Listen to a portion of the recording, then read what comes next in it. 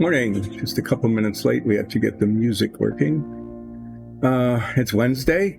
That can only mean many things, one of which is yesterday was Tuesday and tomorrow is Thursday. That's two things it means. It also means that we're doing relaxing painting with Dice and Dungeons, and I'm going to continue working on dungeon sets because we have a lot of those to do. On Monday, I had, well, just show it to you here, finished the base of the cauldron and painted the fire sigils. There, they came out really well. At the very end, I remembered that I needed to paint the accent blocks on the fire sigil blocks, and so I did that. And then I also put base coat on these 6 dungeon tiles that are needed to complete our necromancer lair. The paint didn't dry in time to do the accent blocks on Monday, so I'm going to be starting today by touching up, because as you can see, as the paint dries, as I said before, I tend to get these little spots where it just kind of pulls away from itself a little bit. So I'm going to do tiny little bits of touch up, and then pull out the cork brown, do the accent blocks on these. This will be done. The necromancer lair will be ready to be washed, and showed you how the wash works a little while ago.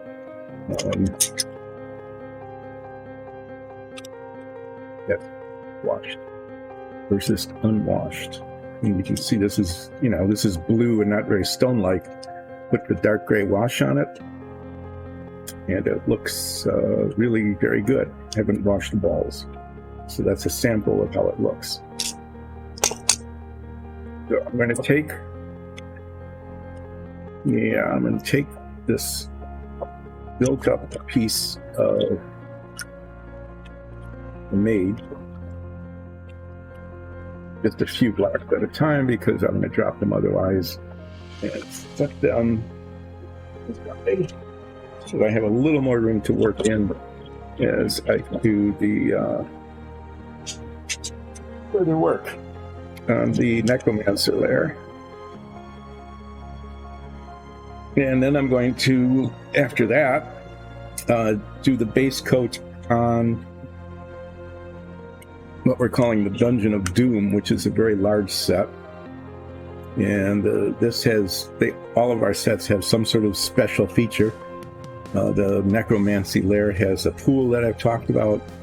And if you watch the scroll underneath me, you can see a couple of them that we have done before, using swirling colors in realistic water, which is kind of the plastic material that makes it look wet. And we've got a couple of cut stone sets that are still waiting for pieces to be primed before those are completed. But I think we have all the pieces we need for, once these are done, for the rough stone necromancy lair and for the Dungeon of Doom, all except the doors and the lintels, and those will be ready to wash. So I'm going to, this is an unopened bottle of our medium blue paint, so I'm going to spend, this is a empty bottle, now in the trash. I'm going to put this on our little stirring thing here, and actually the amount of time, because having been unopened, there's a good chance that the pigment has settled pretty well in the solvent.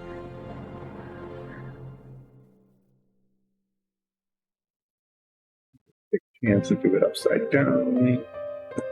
I did that with a wash on Monday and discovered that this doesn't vibrate, it rotates.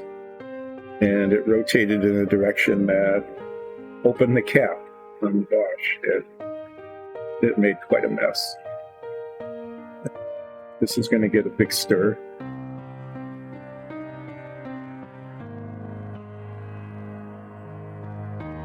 Yeah, it gets to makes all the whole thing. Need a flip. I'm going to wait until this is done and I get the touch-up done, and then I'll do a flip while these are drying. I'm kind of surprised. I was pretty careful putting the base coat on these, but they still need a fair amount of touching up. Okay, well, let's see how this goes. Give them open. No, this has been used before. Okay. Usually what I like to try to do is to indicate that it has been used, is to put some paint on the cap. So I'll take these off so I can see what I'm doing. Put the brush against my mug. And what we're going to be doing here is catching these bits like this bright spot here.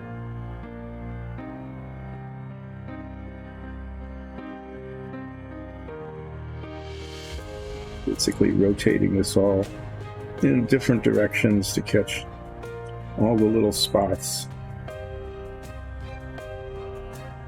I'm not going to get all the ones on the floor. We decided that wasn't essential.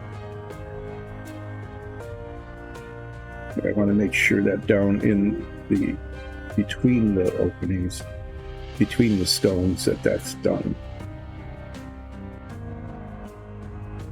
There's a surprising amount of the spots on this that didn't get painted, so we'll make sure that that's done.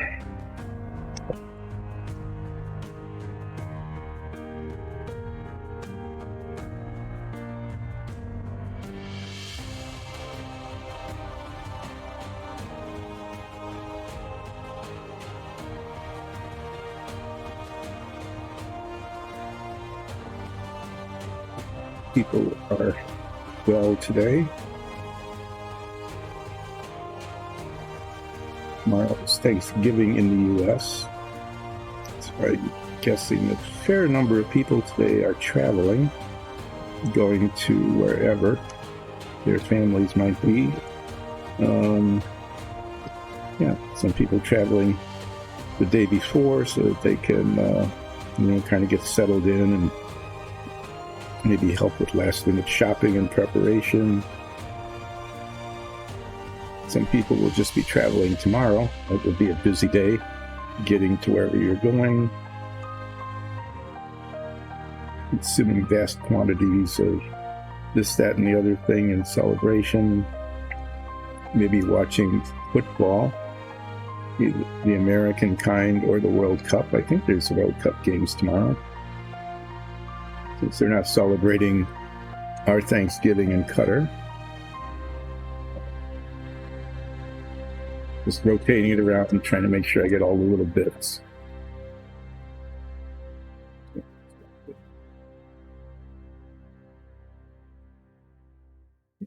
I had mentioned on the last show, we definitely need to do a paint inventory because I'm going to be using up pretty much this entire bottle.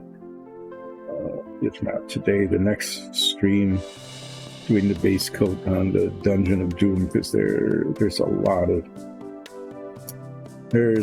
tiles with that one. It's a really big set. It has many corners, narrow hallways. The narrow hallways have two walls, so there's a lot of wall surface. Anyway, yeah, we'll go as far as we can with the paint that we have. It'll be enough.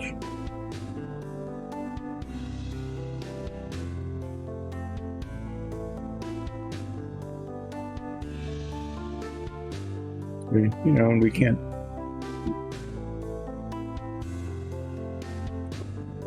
This is actually production set, which means that we want to make it look good enough that someone would actually want to have it.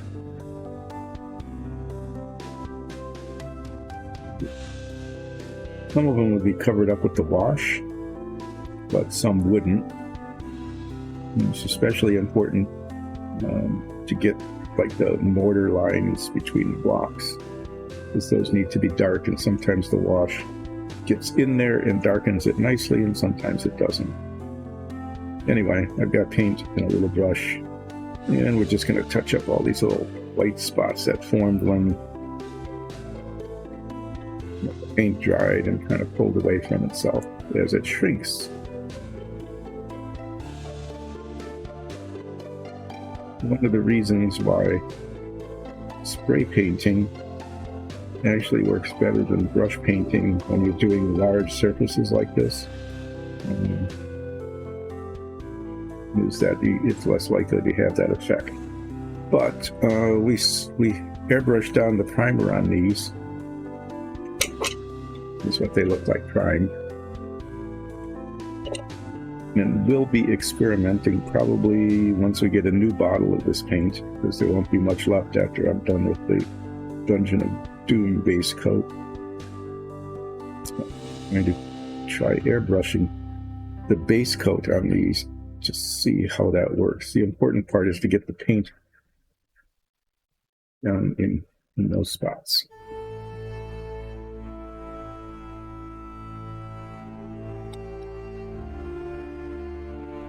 Yes, I will do a flip. No, I thought I had my big chat screen on in the other one, but I don't.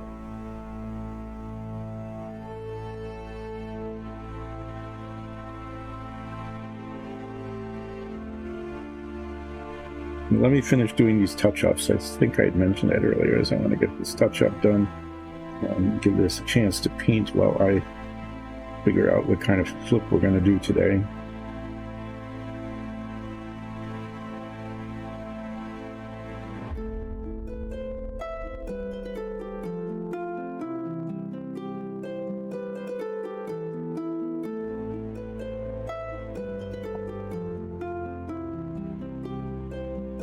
There's particularly lots of little white spots on it.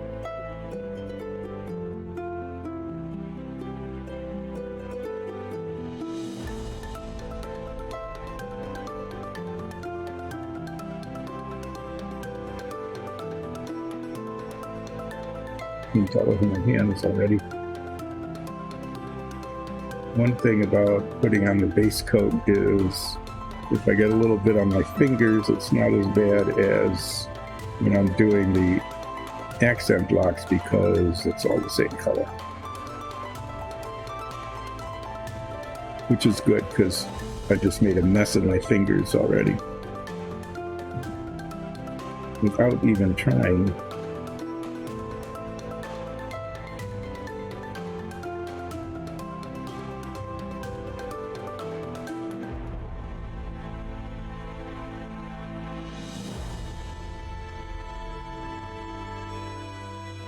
Just rotating it around, trying to make sure I get all of the spots.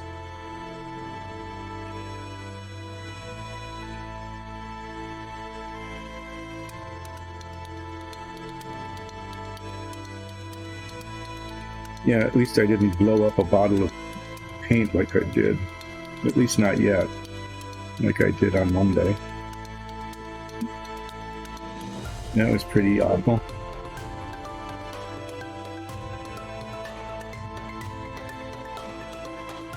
Made a mess, it wasted paint.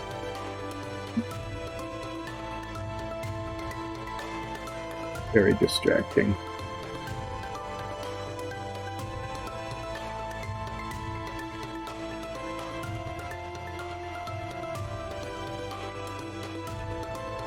Okay.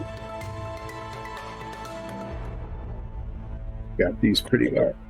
So I'm going to cap this up. We'll be visiting that again soon. Here.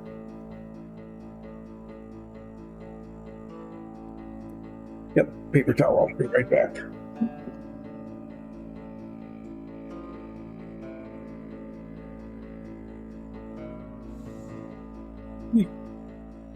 And what shall we flip?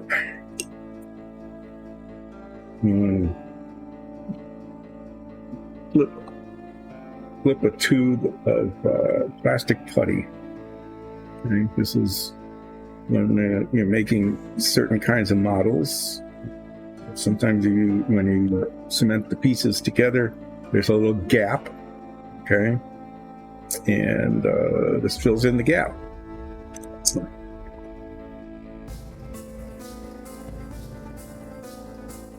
I did this one once before. Anyway, it flips pretty well. So this is acrylic made by Vallejo. This one, at least the health warnings are not as bad as some of the others. This is water-based marble dust. So it's marble dust in some sort of little acrylic vehicle. Some of them have these health warnings that basically say if you are anywhere within a half a mile of this material, you're probably going to inhale and die. So don't ever use it. This one isn't quite as dire. That's the one we're using. And I'm getting a little bit of the paint off in my hands. Okay, so what I'm going to do now is paint accent block. This is a cut stone. The ones I'm working on are rough stone, and I'm using this cork brown color and just randomly picking like 3 to 5 on each wall and painting them front and back so that there's a little bit of interesting contrast on the walls. When I get these done, we will have one complete set, except for the door lintels and the door, but they'll be ready for washing. Once they're washed, they're pretty much done. So I'm going to put this on the loud little stirring thing.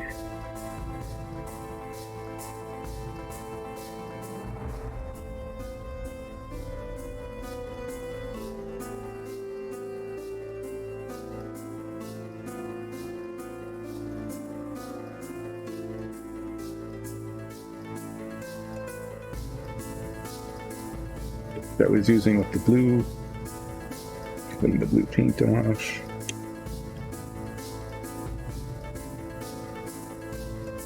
Let's see. Get it more or less on camera. And I'm just going to be squeezing like a couple of drops at a time of this brown paint into this palette.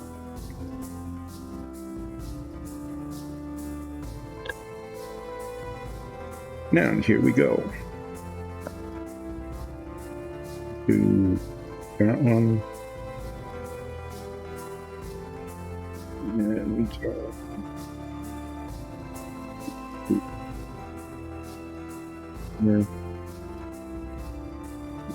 there.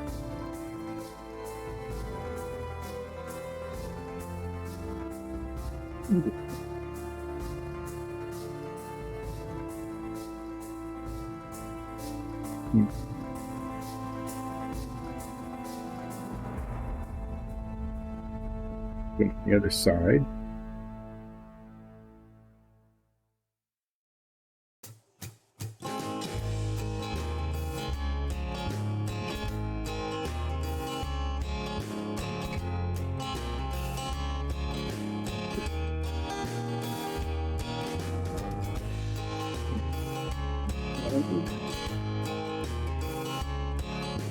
That one.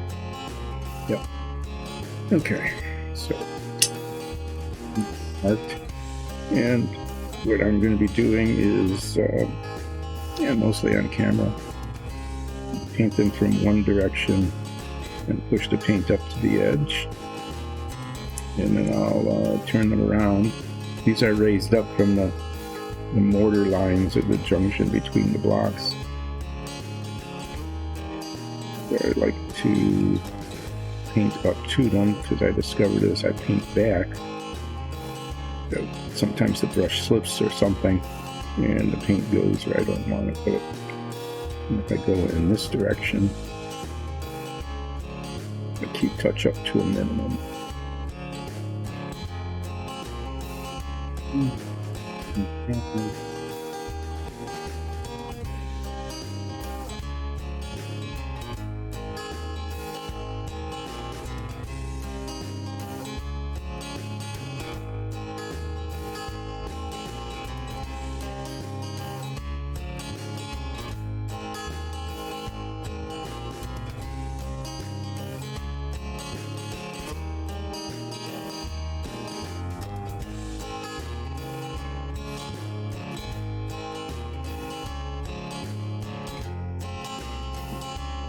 a little bit challenging because you have to work around or reach over the wall to get to the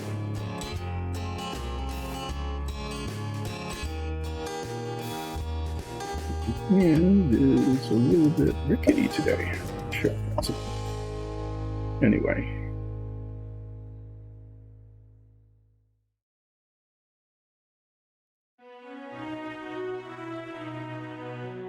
Painting these in, and then I turn it over and I go to the other side. And always being careful to make sure that the blocks on one side are actually the same blocks on the other side, because somebody would no doubt notice, since these are stones,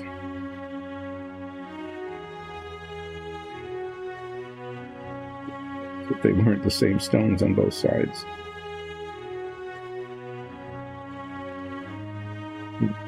Would detract from the premium nature of the set.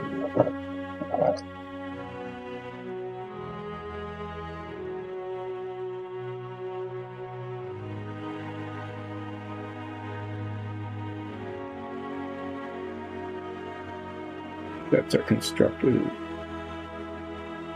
They're really cool because of the way the bases are magnetized, and it doesn't mean that they're magnetized like they'll stick to a steel surface. There, see, that's what happens when they're not designed to a steel surface. Okay, like some magnetized are, where you need to have basically a expensive baking sheet to hold them in place. These are magnetized so that they stick to each other. Like this. You can rotate them any direction you want. You can figure them many different ways. They hold together really well. They don't require any kind of special things. And you can even do that in the middle of play. You get a bunch of these, and they become the equivalent of like Legos almost. You can just, do the set the way it was designed, or you can reconfigure it in many, many different, interesting, and creative ways.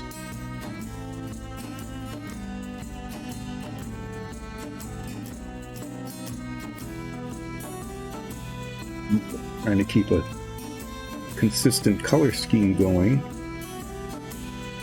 so that, like, if you wanted to buy a Dungeon of Doom and a Necromancy layer in the same color scheme, in this case it's the kind of blue stone as opposed to the light gray stone, which is also an option. If you were to get both of those sets, just as an example, you could mix and match the pieces and make something completely new.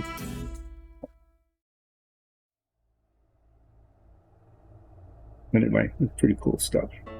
And after it's washed, and I might be inviting Nicole to do the washing, because I just don't get it right. I'm not sure why or what the problem is.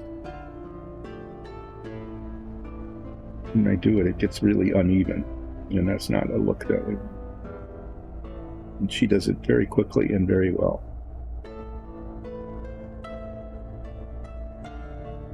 But I'm trusted with doing base coats and accent blocks and painting some minifigs now and then. We did that for a good long time before we had all the pieces we needed to put together these production level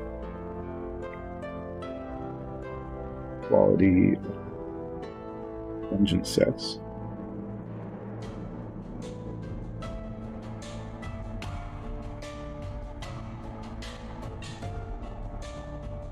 This is pretty amazing, as I almost do what I said I wasn't going to do, which is stick my fingers in the paint. the thing is, if I stick my fingers in this color and then I touch different parts, it gets all over everything. And I have done that. Discovered it later and said, oh, where did that paint come from?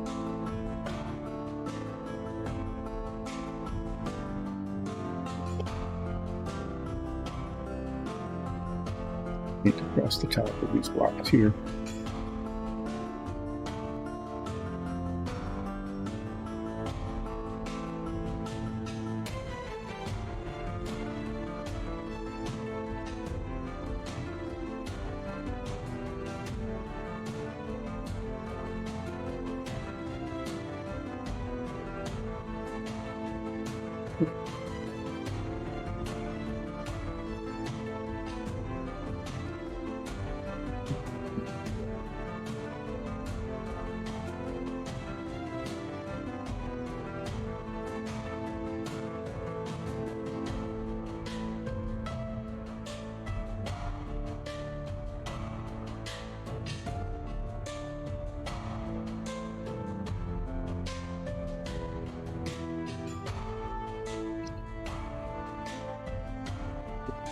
Here.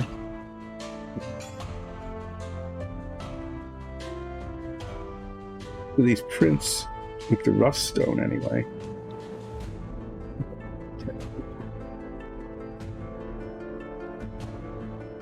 as well as the walls, and so when they're washed, it brings out the texture. So it's not just the mortar lines between the blocks, but it's the texture in the blocks themselves, and it looks really good. Okay, so there's one. That's how that looks like when the accents are done. So put that aside. We have another one of these.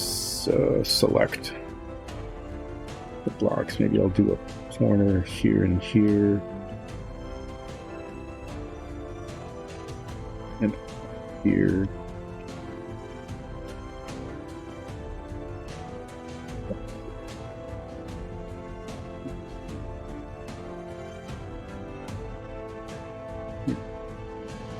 Center there. I'm going to do 3 together. Sometimes that looks pretty good.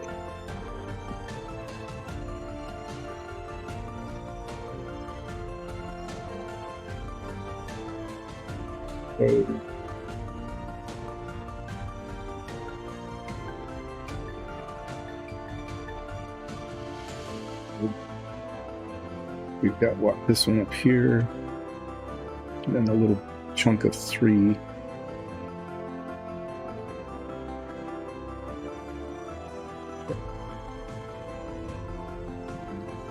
Yeah.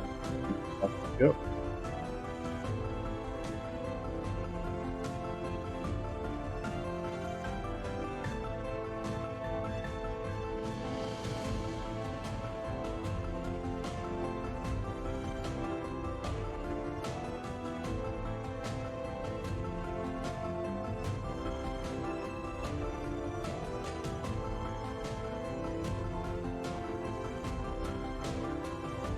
Do these haphazardly. Kind of, I mean, you could say it's random.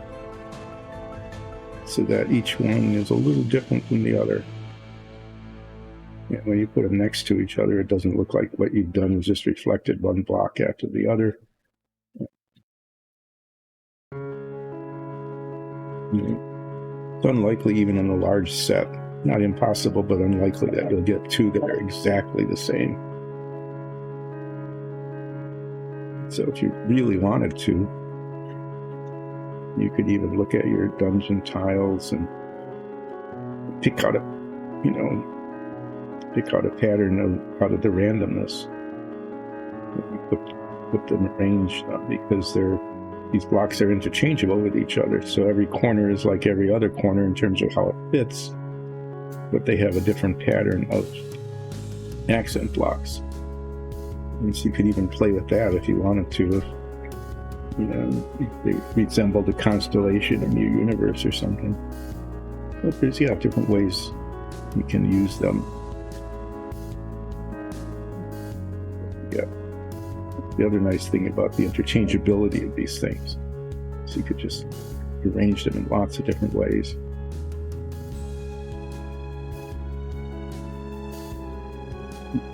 Sorry, that doesn't show up better, but if I rest it on the surface like that, it just helps hold it steady. If we bring it down a little bit, if I bring it closer to the work, it makes it easier to get off camera. So I have to watch a little bit, look up every now and then to see on my monitor where the camera is, which I will try to remember, but it gives you a better view of what's actually happening here with the painting.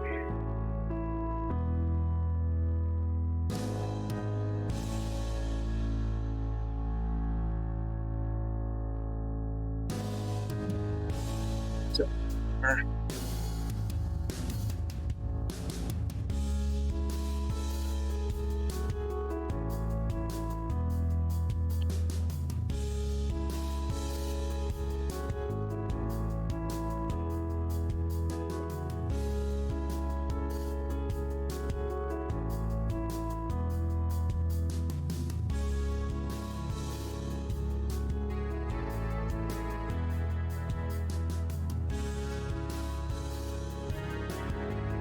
rotating the work like that because I am definitely one-handed, right-handed.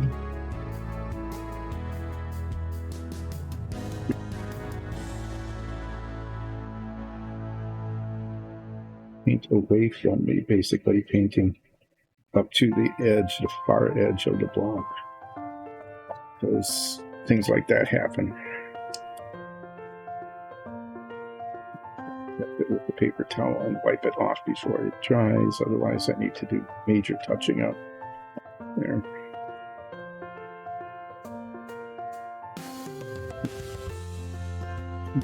Why for some reason I bumped the brush against the base surface next to it. And this way, if I paint away from myself up to the raised edge of the block, it's less likely to cross it.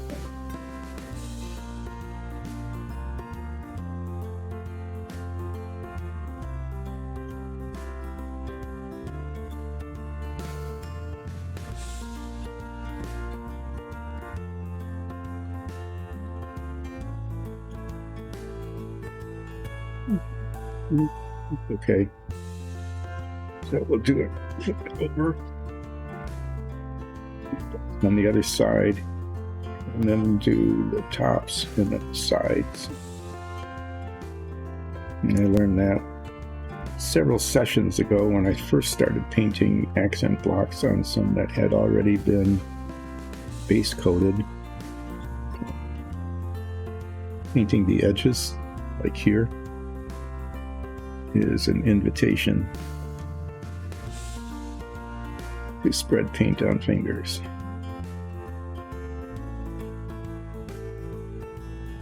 We have these holder things. These little sticky tack on them that actually can stick to the bottom of that, but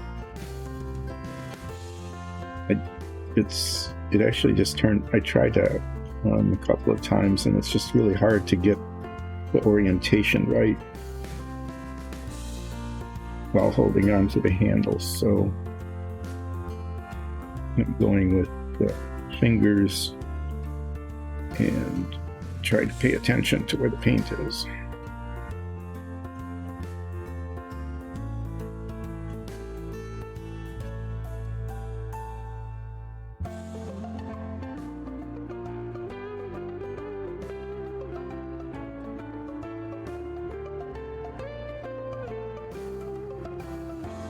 It's easier to see what's going on the outside, because on the inside, you're working around the inside of the corner. Here the surface shows better.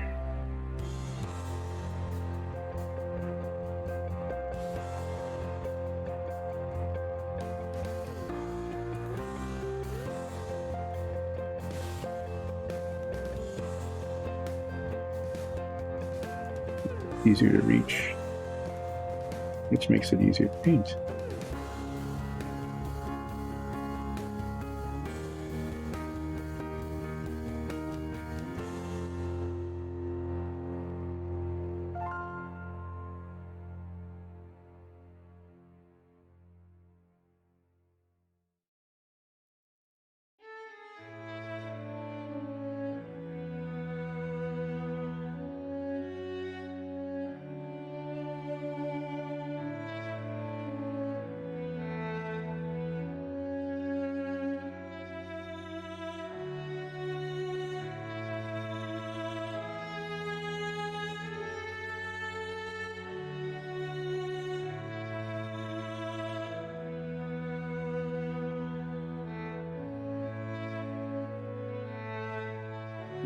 About the weather. We haven't talked about the weather yet. It's been, what, 45 minutes since the show was supposed to start. A little less than that from the time it actually did.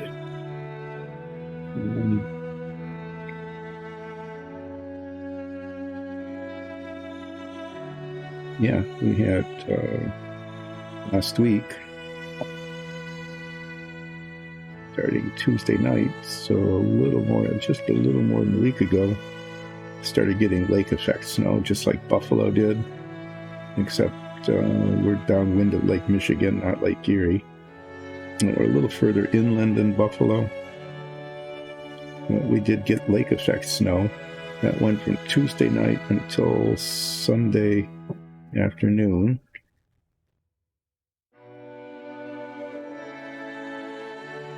It melted because it started while the ground was pretty warm, but I think we ended up getting probably close to 2 feet of snow. It's all done. It's a lot of snow moving in the driveway and the pathways around the house. Over and over, even as the snow was falling, just to try to keep up with it, because it was very wet, heavy snow. Very hard to move. And there's still a lot of it out there.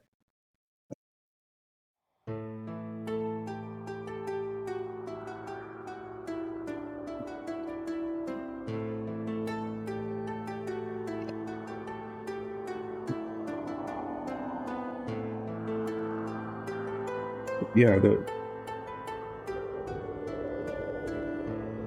we didn't get quite 6 feet of it, but we definitely got over 2. But usually early in the year. And it's not unusual here in West Michigan to get like a dusting of snow, maybe even like a couple inches, which then melts pretty quickly this time of the year. But I don't recall a time when we got several feet of snow in one ongoing storm this early. Usually this kind of thing happens. It's not unusual to get it in January or into February. And sometimes even in the spring, we'll get a storm that'll dump like 8 inches of snow sometime in March. That's happened in the past.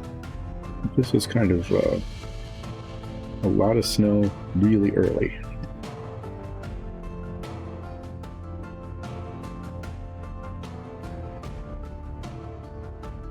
Okay, that's making sure that I got all of them on both sides.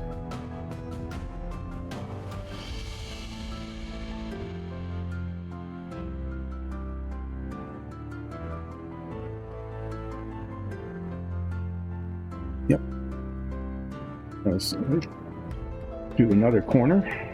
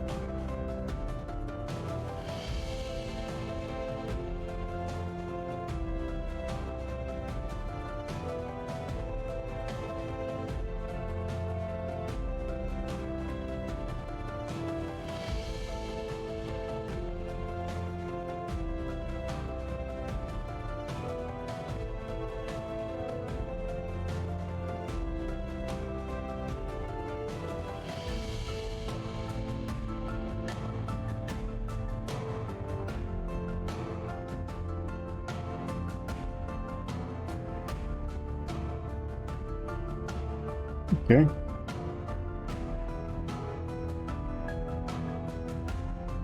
And again, it's pretty kind of dark and obscured. I know I'm painting the inside of the corner. But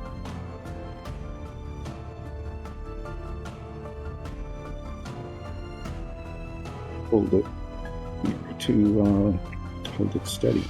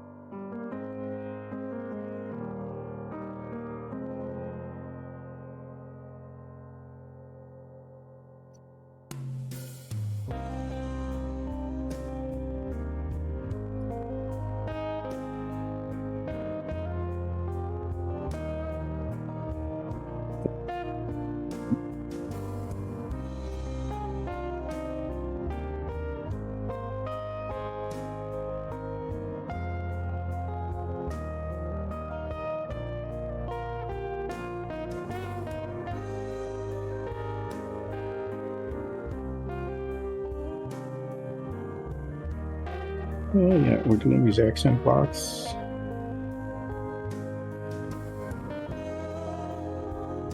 To make it look a little more interesting. And after these are done, I've got a corner, a wall, and an inside corner left. The necromancy layer will be base coated, accented, and ready for its wash. Then, as the final feature, the painting in of the pool. And I'm not sure what color will end up making the pool, but if you watch the scroll underneath me, you can see what those pools look like. Not that one, but eventually it'll come around. And that process is actually pretty interesting. You put a base coat of color in, red, green, purple, whatever color we're going to end up kind of making the contents of the pool.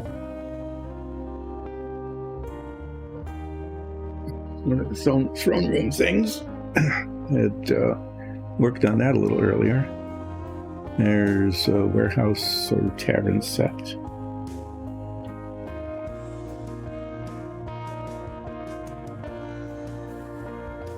Anyway, there's a base coat that goes on, and then there's this stuff called realistic water. This is a transparent kind of liquid plastic stuff. It's really cool. Put that in, put your paint colors in different shades of red and black and stuff, swirl it around in an extremely artistic way, let it set up, and it ends up looking really cool. Anyway, yeah, there's a nice set.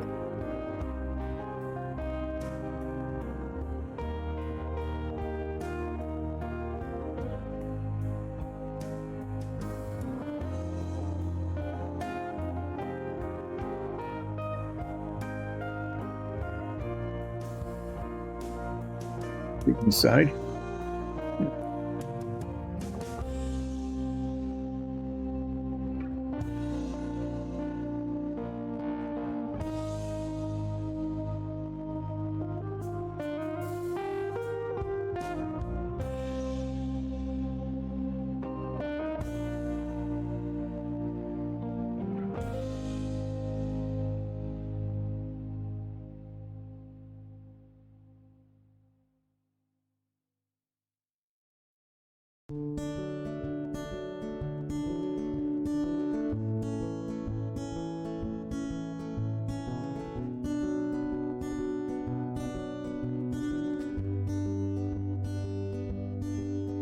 Hearing the 3D printers sing today. Must not have gotten prints started before the show. We got 3 filament printers behind me. and we print these blocks, these dungeon tiles.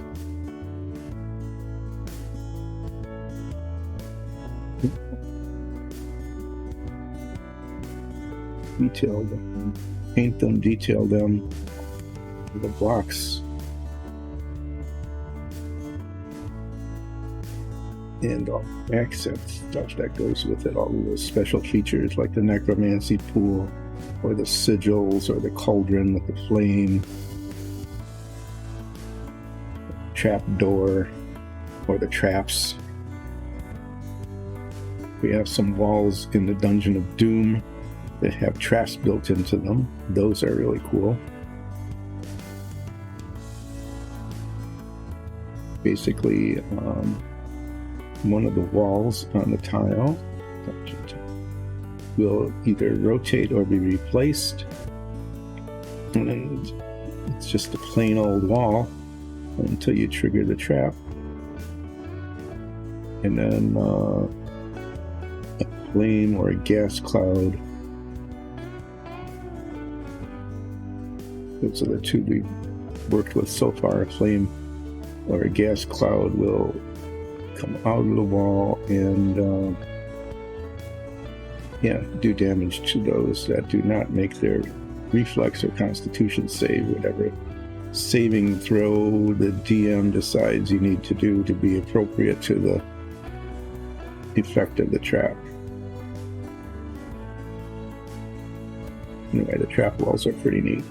So each of the sets that we put together are not the sets anyway, not just like expansion packs or something, which are just a bunch of tiles.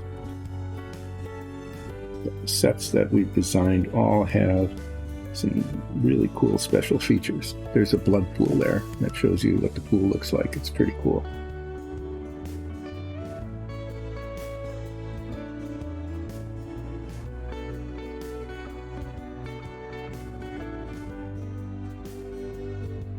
And that's what it looks like in green.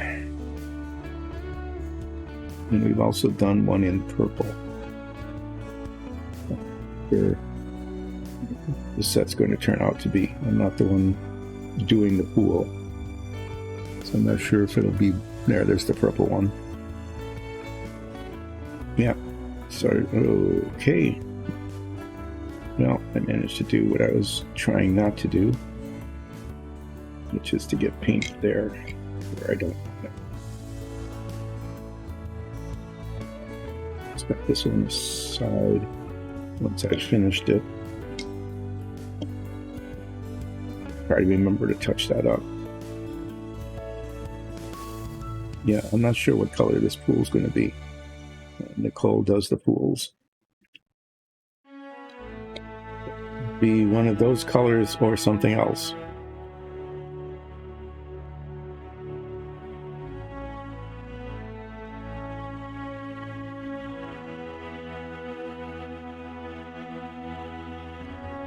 Feature.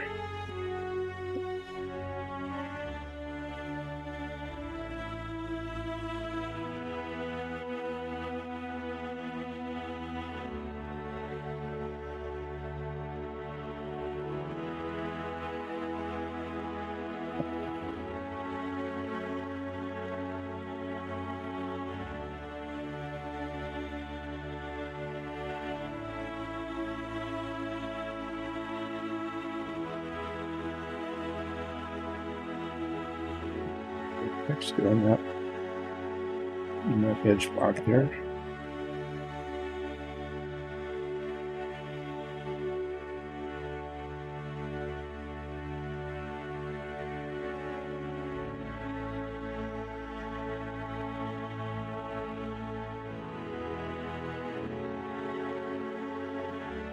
Got a spot there I need to touch up, so I'm going to set this over here.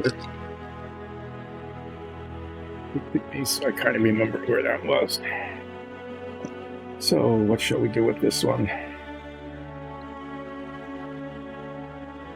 Let's do 2 on top here.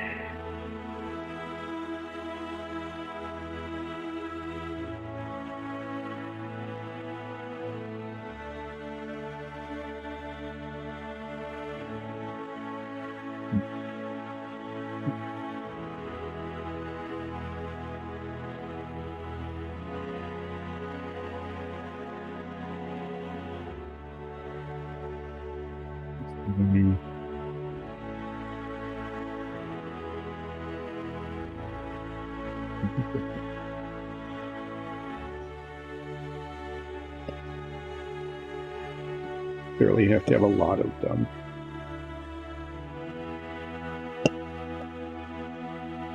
The idea is to make it look interesting, not messy.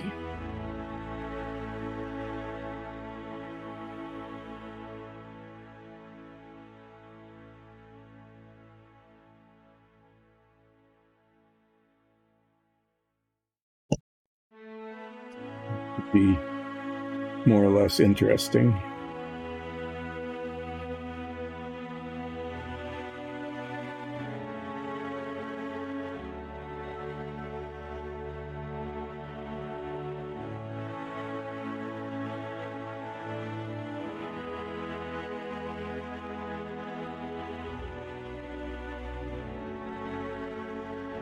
How much of the background noise gets filtered out, because I can't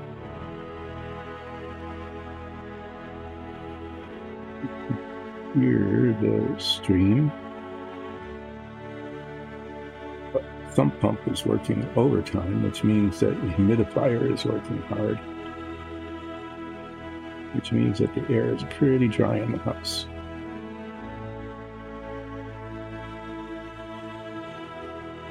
It's been cold the last few days. Once it stopped snowing,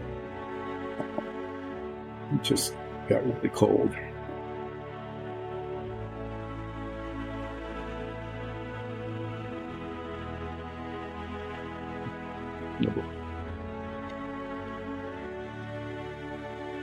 We did get our Christmas lawn balloons out, though. All but one. None of them needed repair. And I think I repaired it. I used the tried and true method of duct tape.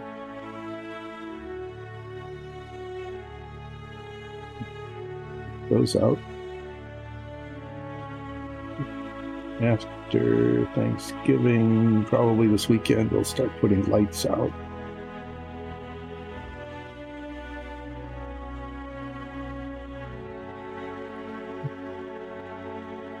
So clean the brush out and squeeze a little more paint out.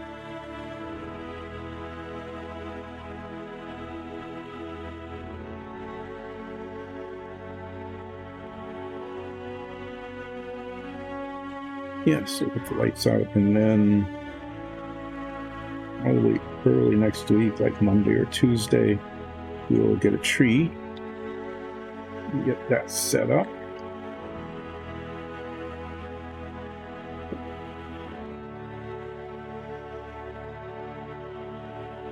Christmas comes.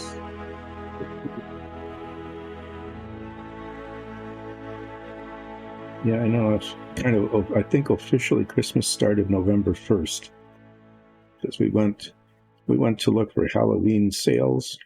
You know, you would think that if you went out on November 1, that there'd be all sorts of shelves of on sale Halloween decorations, right? Nope. There was like one sad little shelf of little things that nobody wanted. Probably no more than maybe a dozen items in total. But there were like 3 aisles of Christmas stuff. Artificial trees, lights, garlands.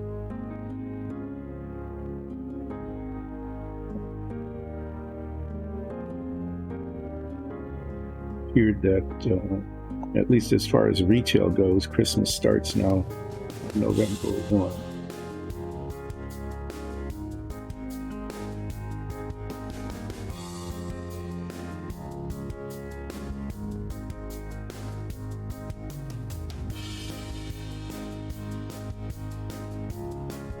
Anyway, we bought some lights. Some of ours are starting to wear out, meaning that they don't work.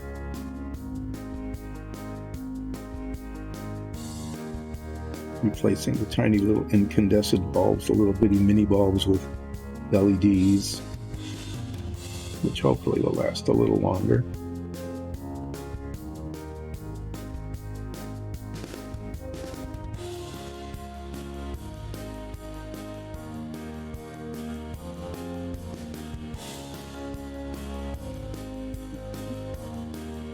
Yeah. 4 on one and 3 on the other.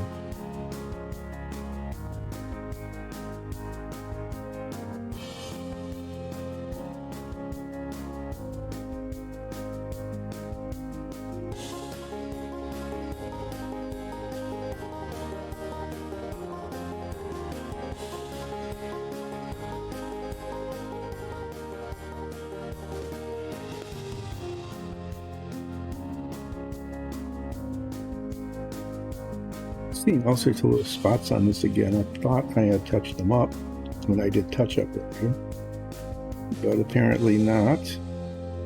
So when I do that, the touch up on that one that I slurp paint on, these again. Oh, at least most of them. There's a gap spot there between the blocks. I really thought I'd got them all because I rotated them all sorts of different directions and looked.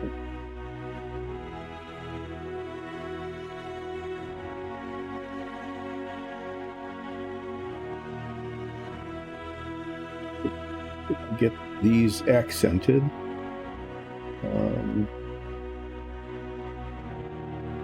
I will be working on base coating the Dungeon of Doom, which is also base coated in the same blue color. Our rough stone sets come,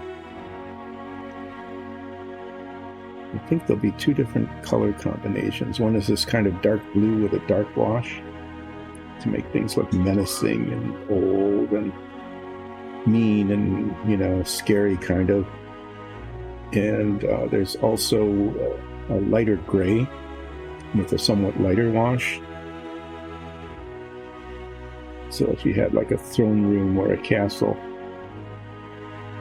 that you wanted to look like, you know, nice as opposed to foreboding, there would be that option as well. Suppose they could be mixed together. I'm not sure how that would look. I don't think we tried that. You know, mixing the dark stone and the lighter stone together.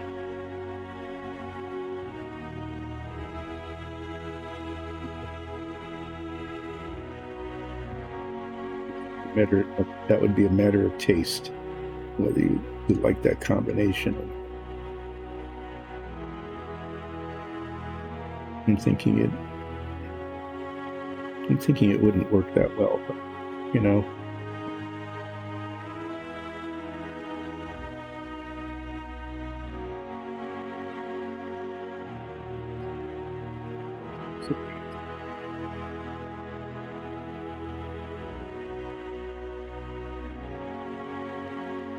And suppose, you know, at some point we'll have a couple of sets in each color, and we could actually try it out and see what they looked like mixed together. Be okay. Oh my, that was bad. That was getting near the end of this one, being definitely careful. I got it back between the 2 blocks. And you would think that that's not necessarily too bad, but it isn't going to look good even if it's washed.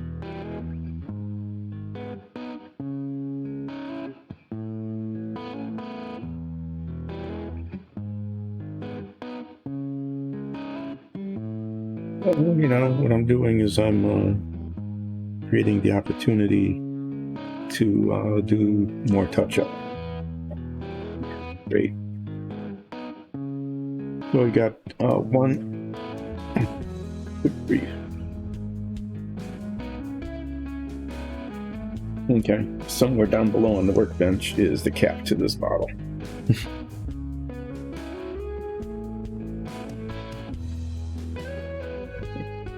Homecoming flyer.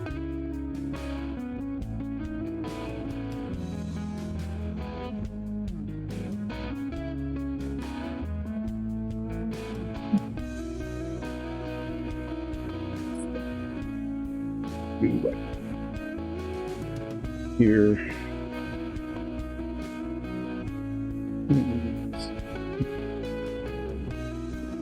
Here.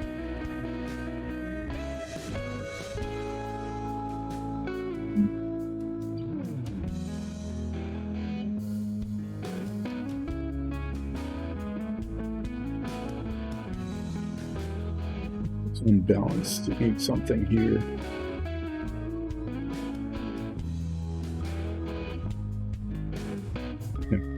Leave that.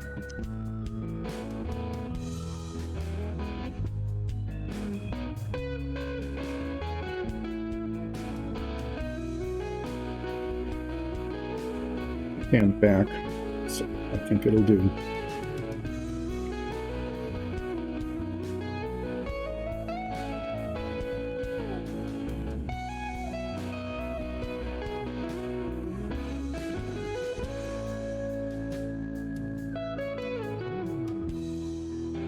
I'm not sure if we're going to be streaming Friday or not.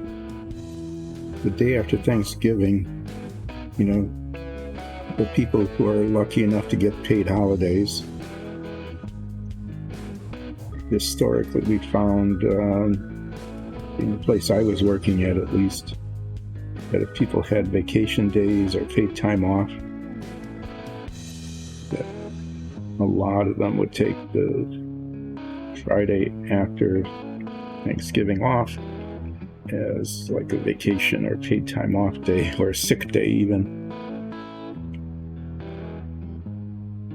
We just faced reality and said the day after Thanksgiving is a holiday. We didn't even try.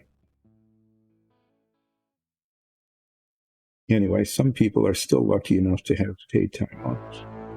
And a lot of people will take the day after Thanksgiving off because, you know, they're sleeping in after eating and drinking and watching the World Cup football or American football.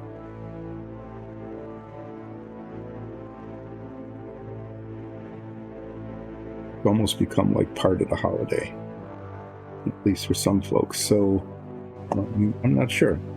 We may end up doing the same thing. So you might want to check social media and find out whether or not we'll be streaming Friday or not.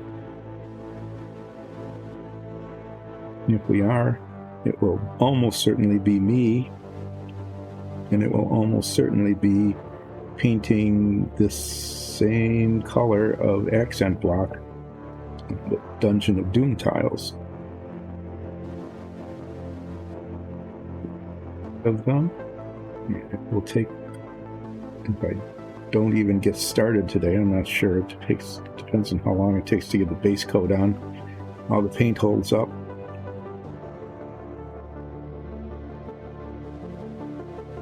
Yeah, if there is a stream on Friday, again, check social media to see whether it will actually be happening or not.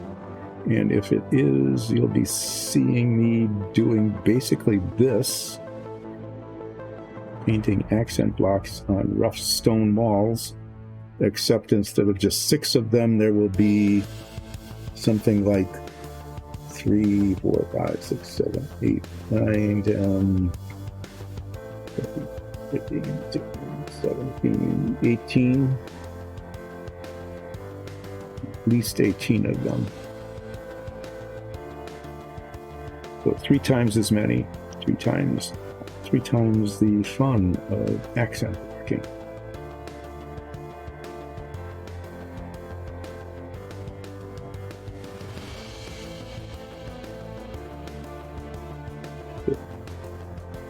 These are pretty close to being done. I just need to finish this one and the inside corner, which is just a little post that sticks up. And then I'll get out the blue paint. And what we will do with the blue paint is, first of all, do touch up on these, because there's 2 that need touch up from where the paint got where they shouldn't be. And there are some spots yet that I didn't touch up when I did the first round of touching up. But see now, be getting out a bigger brush and working directly from the bottle and starting to do base coat.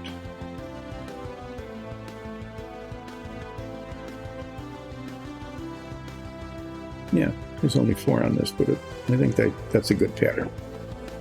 And I don't need to work on that. So this is an inside corner.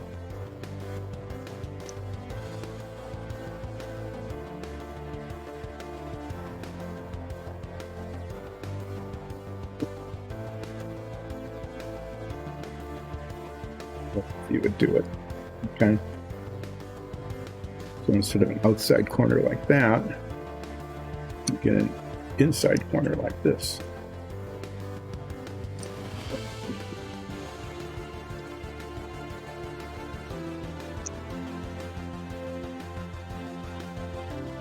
I'm just going to grab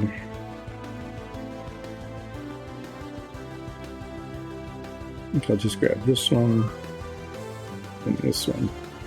There aren't that many stones on this.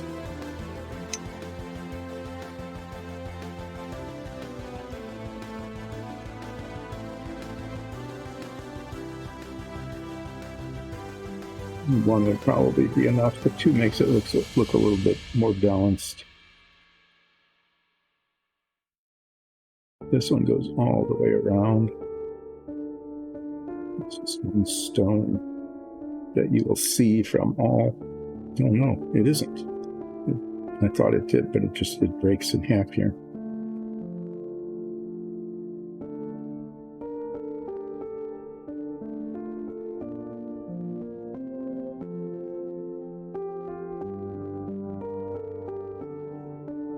This one, I have to get the one that I did down at the bottom.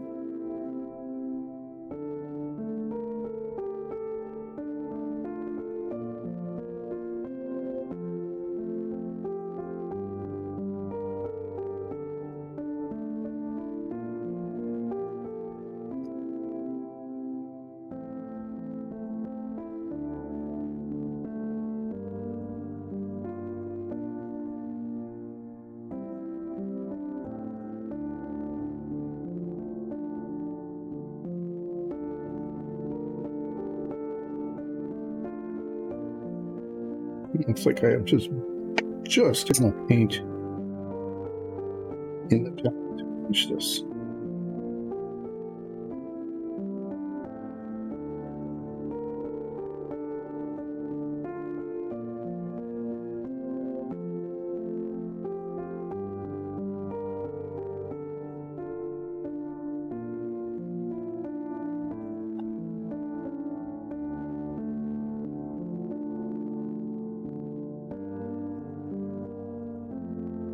Yeah, a little over exuberant there, right at the end, because the paint was kind of dry on the brush, and created another opportunity for touching up, right there.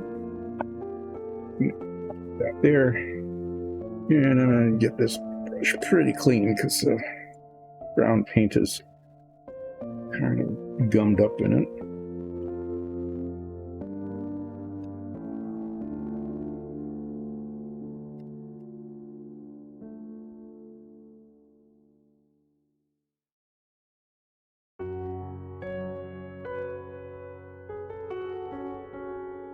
This brush for touching up, I'll be using this brush for the base coating. And I'm going to move the camera, move things over, move the camera to show you as much as I can. There we go. Upside down, I know that's the way the camera is. That's the Dungeon of Doom. Pieces need to be base coated. But first, this out of the way, don't need this anymore today. We paint out, give it another stir.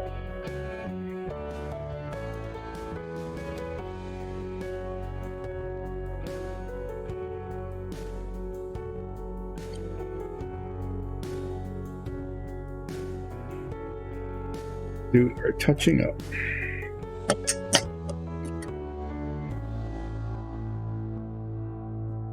It's here. And since it's out, I'll look. Spots that I missed twice now.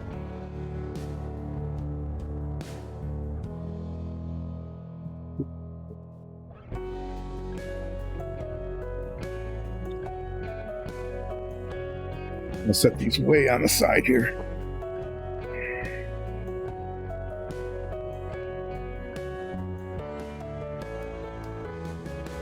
Keep them in between the blocks.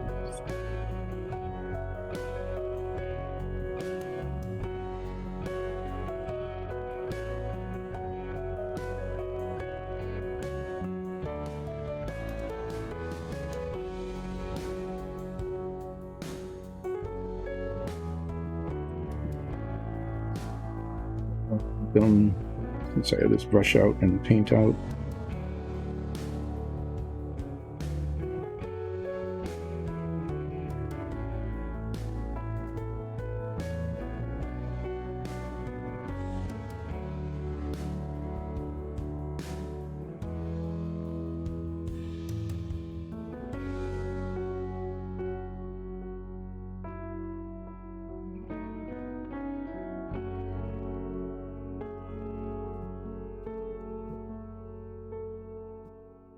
Do these last three, just quick glance around and touch up, and then I'm going to do I'm just giving it inside corner a couple of seconds to dry a little longer before I do the touch up on that.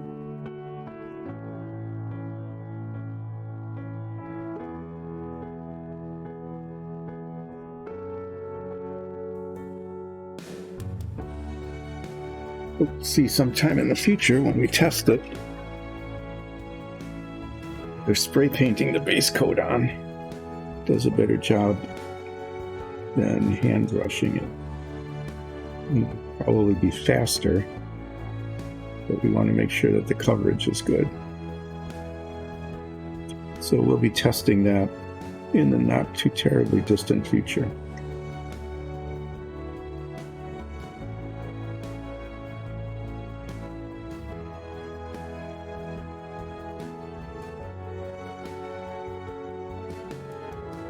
These little white spots would disappear when the wash is put on anyway, but we'll just be careful since we're doing this here. And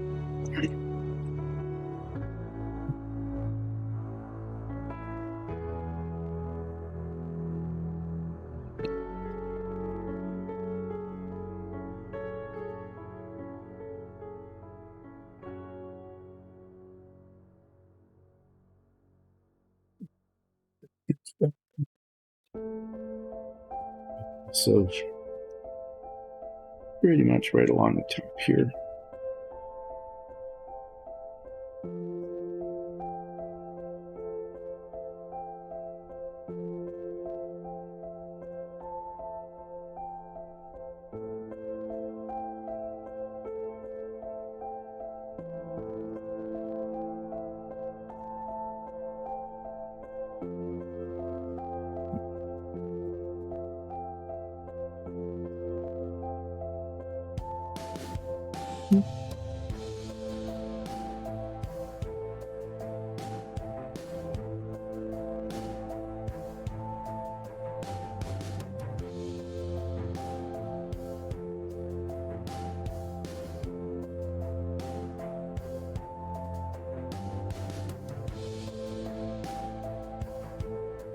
Okay, there. Those aside. So what I've got now are just a whole pile, a lot of blocks. This is roughly half of it.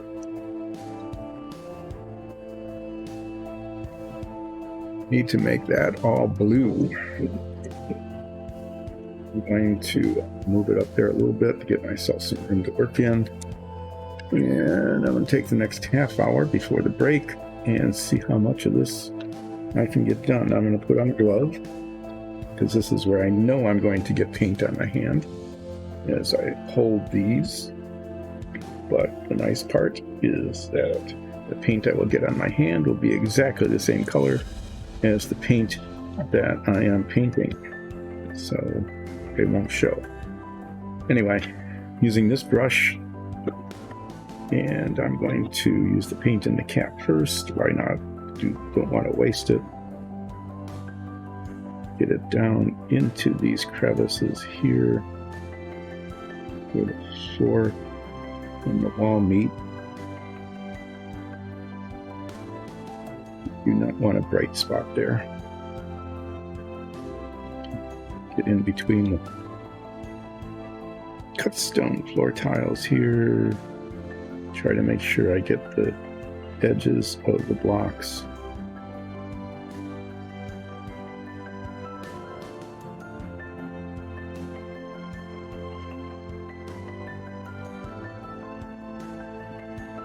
There. These prints are really highly textured, so this is the kind of thing where as the paint dries, it shrinks and you get spots. I think that happens, I think it actually happens kind of counterintuitively where the paint is thickest. That's the most likely area where it'll pull apart from itself.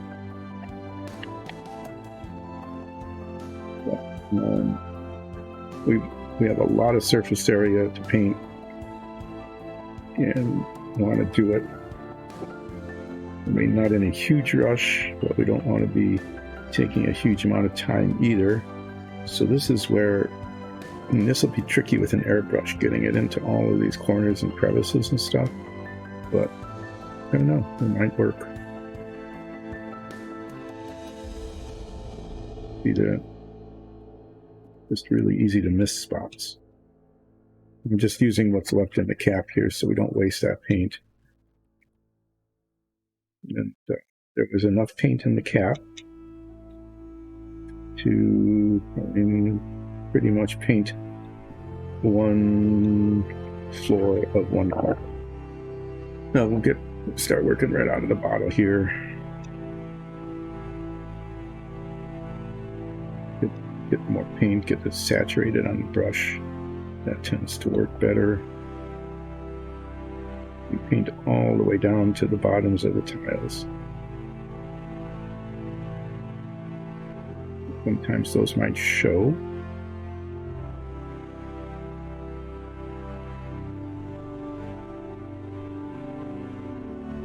Do that, rotating it, and see that paint didn't get into that. Yeah, so there. Paint all the way down to the bottoms, and what I learned is that if I hold it on the top and the bottom, I can rotate it and get most of the surfaces painted, and then I can set it down and then paint the top. And that kind of minimizes the amount of touching wet surfaces.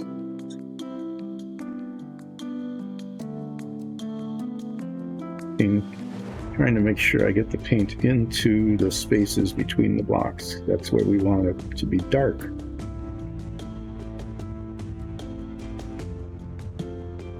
The primer is a light color, so if the primer shows through, there would be some pretty bright spots in the mortar joints, and that would be distracting. So we want to keep those as minimal as possible.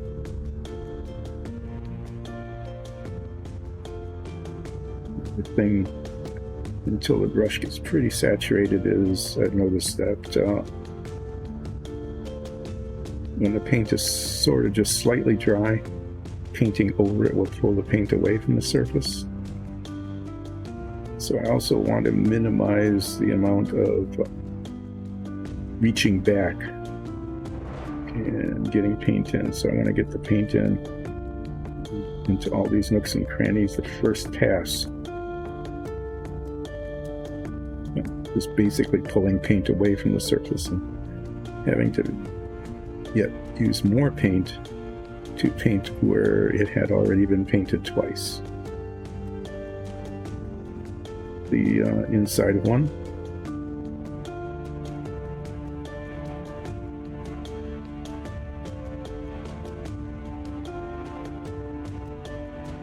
Paint it and do the outside.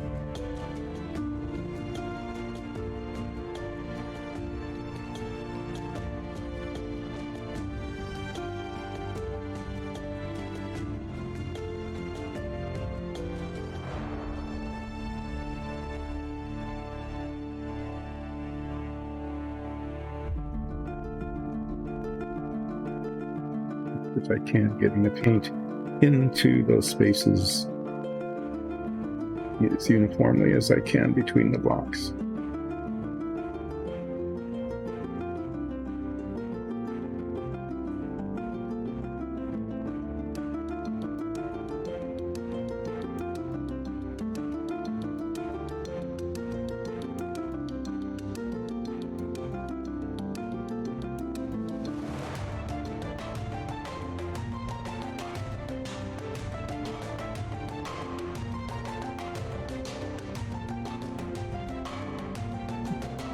Yeah.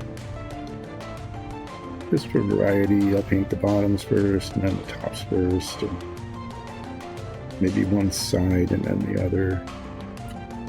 This is, I guess, relaxing, really relaxing painting. It's just putting a lot of paint on lots of surface.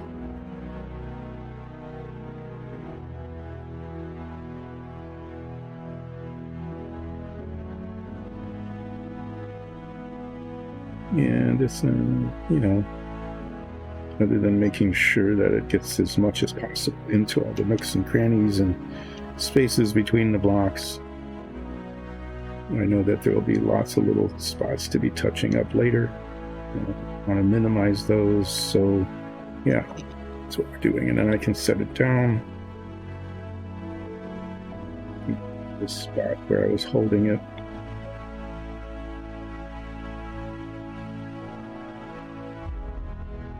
There's a lot of texture on the top here because this is filament printed, and so there's like this whorl, which actually looks pretty neat when it's painted and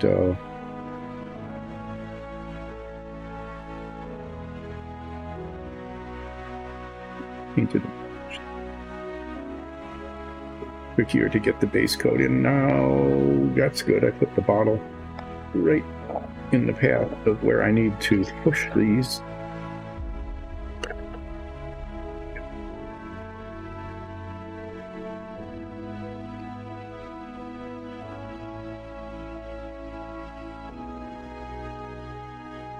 There's 16 wall pieces, and there's 1, 2, 3, 4 others. So there's 20 of these. So I've gotten, and I'm now working on number 2 of 20. So when I'm done with this, it'll be 10% through getting the base coat on. Yeah, we're going to play with percentages. There's 20 of them. Each one is 5%. So we'll do fractions, percents and fractions today. It'll be a painting and elementary school arithmetic. So when did we learn fractions? I'm trying to remember. I think it was it as early as 2nd grade? I don't think we learned it in 1st grade.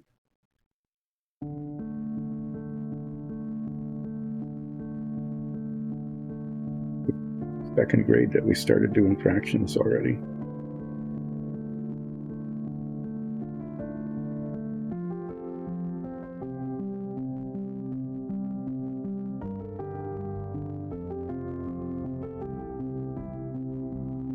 People getting really confused about percentages and how percents were different from fractions.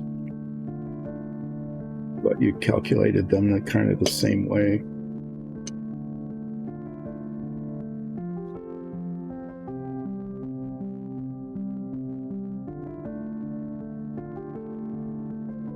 Adding and subtracting, that was all pretty straightforward. People could, like in first grade when we first started doing it, you could use like blocks in a basket, or even fingers worked up to a point,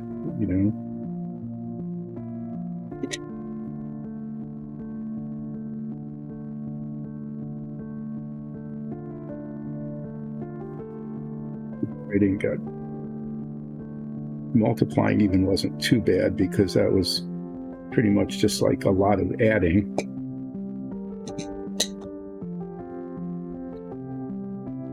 Dividing got to be quite a challenge for some folks.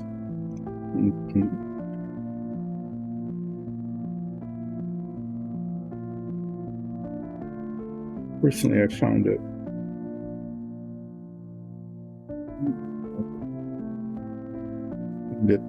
it was easier to just deal with the numbers and not try to relate it to any physical quantities, because it really got kind of weird, like when something didn't divide equally. Oh yeah, I've got 3 4/7 of an apple.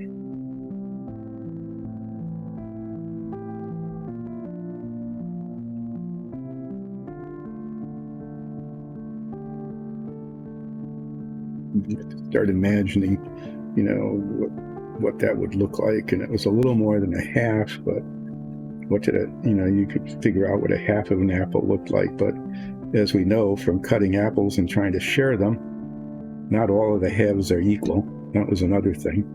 I want the big half. Well, that's not a possibility. When you're dealing with numbers, there is no such thing as I want the big half, because a half is a half, and by definition they'd be even. So the use of a physical example, to illustrate arithmetic, really quickly started to break down by the time you got to third grade. It just was, at that point, pretty worthless, and in fact confusing. So,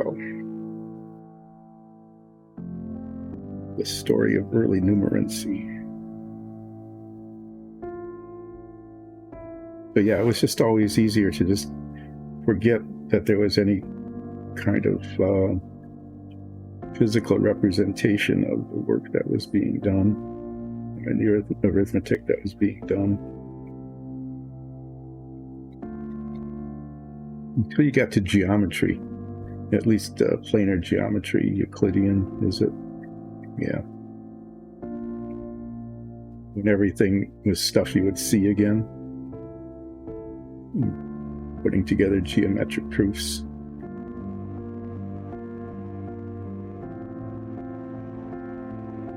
Different kinds of geometries, because not everything was plane, and not all of the parallel lines, never met. That was one of the assumptions. Like with a sphere, or even worse, some of these figures, like these toruses and stuff, working on the geometry based on another whole mathematical construct. And then the physical part of working with a sphere, that was okay, because spheres are spheres, right? Pull out a ball and see how parallel lines did converge, that kind of thing. It was a little counterintuitive, because parallel usually means they don't, but you're using the same word to describe something else. Anyway, there's always that. But at some point, in mathematics once you get into math as opposed to arithmetic or non-Euclidean geometry. Not only does the physical world, simple part that as we know it, stop being useful, understanding what's going on, almost the opposite of helpful. But even the words stop being helpful. This is why mathematicians use all of these obscure little symbols and things which have meanings of their own, and they only mean things in the context of themselves, because there isn't any other way to express what it is they're trying to express.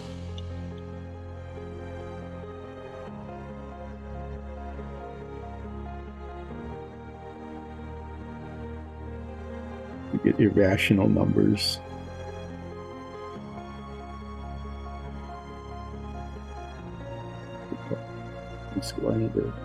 People kept talking about unreal numbers, and the teachers hated that. Not unreal. They're real, but they're not real. Real doesn't mean real anymore.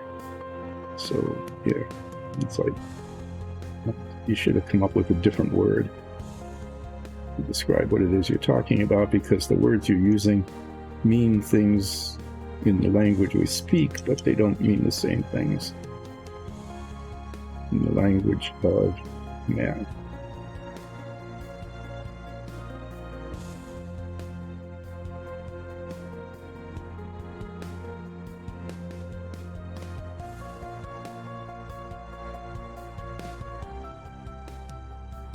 You know, I suppose when these things were first invented, they weren't really discovered because they had to be invented. You know, people just used words that they had instead of coming up with something else.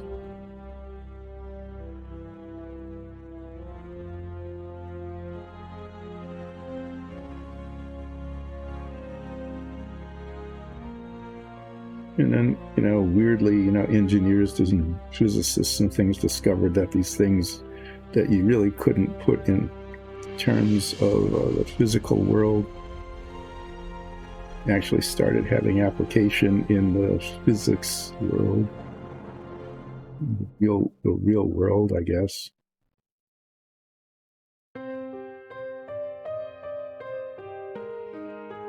Reality got weird because the numbers were weird.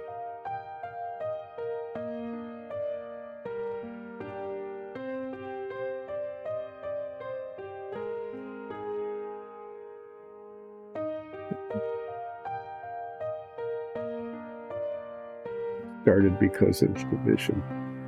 So there's this story I heard, I don't know if it's actually true, probably is, because I think one of the burger places decided a while to compete with the Quarter Pounder. And the Quarter Pounder really took off, and this other burger place decided to compete with it, and they came up with a third pound burger.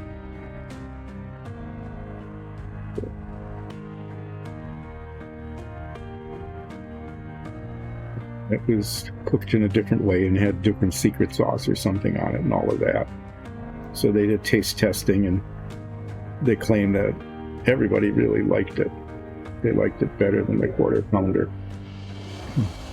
And so they said, which of these would you buy? The third pounder or the Quarter Pounder? And they found that a significant number of people, even though they said that they liked this burger better, would buy the Quarter Pounder instead. And they said, why would that possibly be? You just said you liked this. And they said, well, it's a quarter pound. Yours is only a third of a pound. Supposedly that's a real true story. That because 3 is smaller than 4, enough people concluded that the third pounder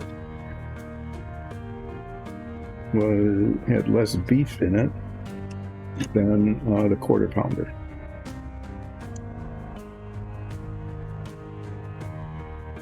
So what's the story now? The story I heard is that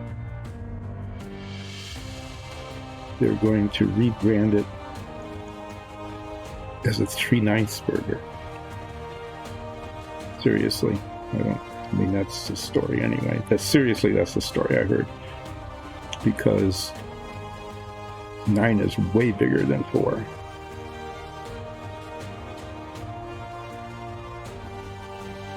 Having 3/9, I mean, that's, yeah.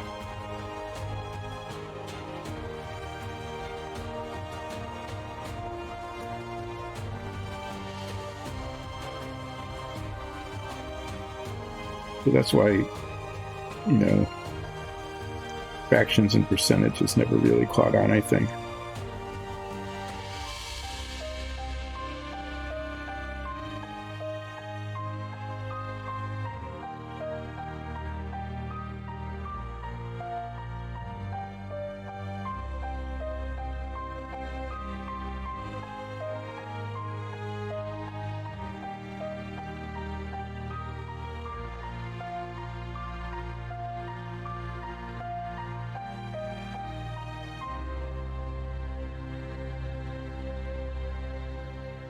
Yeah, well, that filled a little time. Not in a particularly useful or entertaining way, but you know, something to think about, as Brack would say.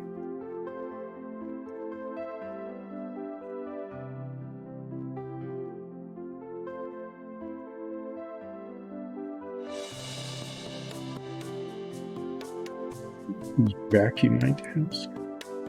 And you might. If you don't know who Brack is, look it up. Real thing. Okay. So this is the 4th of 20. 20ths. And if you divide the numerator and the denominator, that is to say the top and the bottom, by 4, you get 1 on top and 5 on the bottom. So that is, when I'm done with this one, 1/5 completed.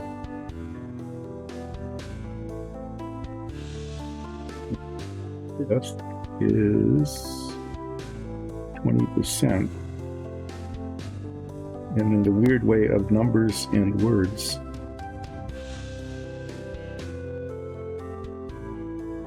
which sounds better? Would you rather be 20% done? Or would you rather be 1/5 done? I know at the very beginning, when we had 1/20th done, which is 5%, 5% sounds much further along than 1/20th, because 1/20th is a big number and only one of those is not very much.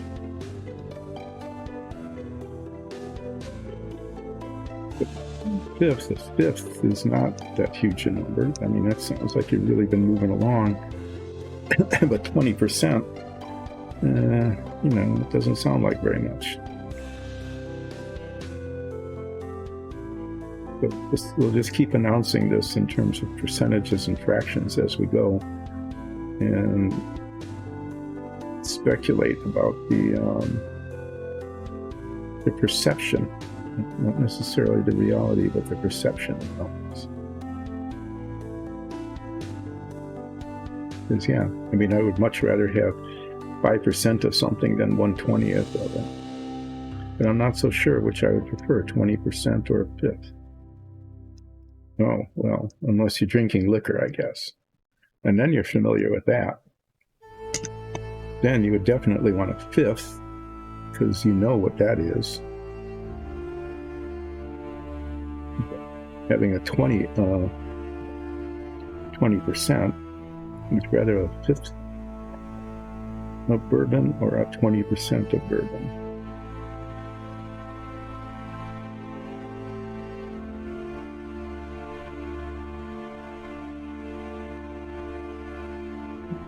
you who don't imbibe in liquor or buy it, that's just fine. It's just, another example of talking about the perception of numbers rather than reality.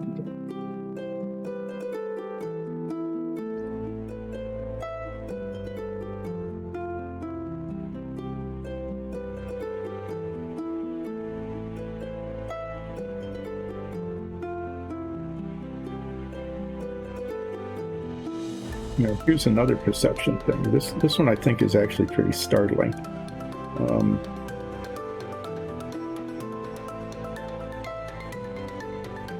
This is block number 5.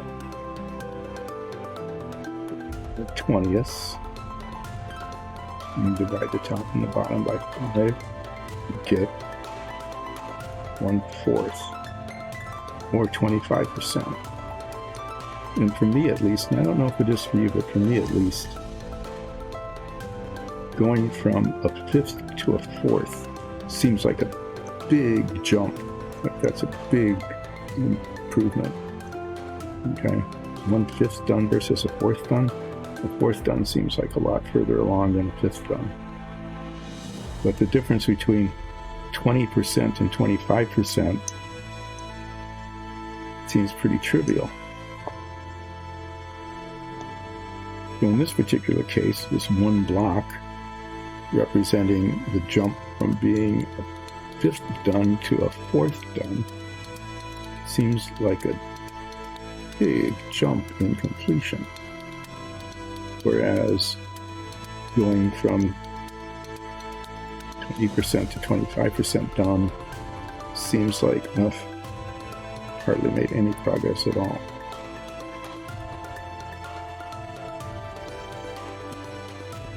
That's my perception.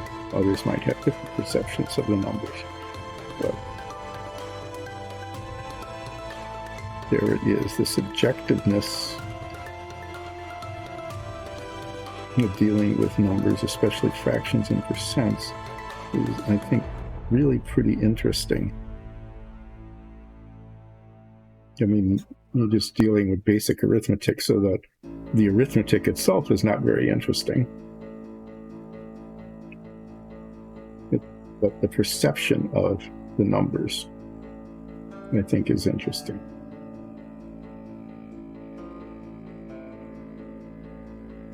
But yeah, this block represents the jump from 1/5 done to a 1/4. It also represents a tiny little blip. One gains from going from 20% to 25%.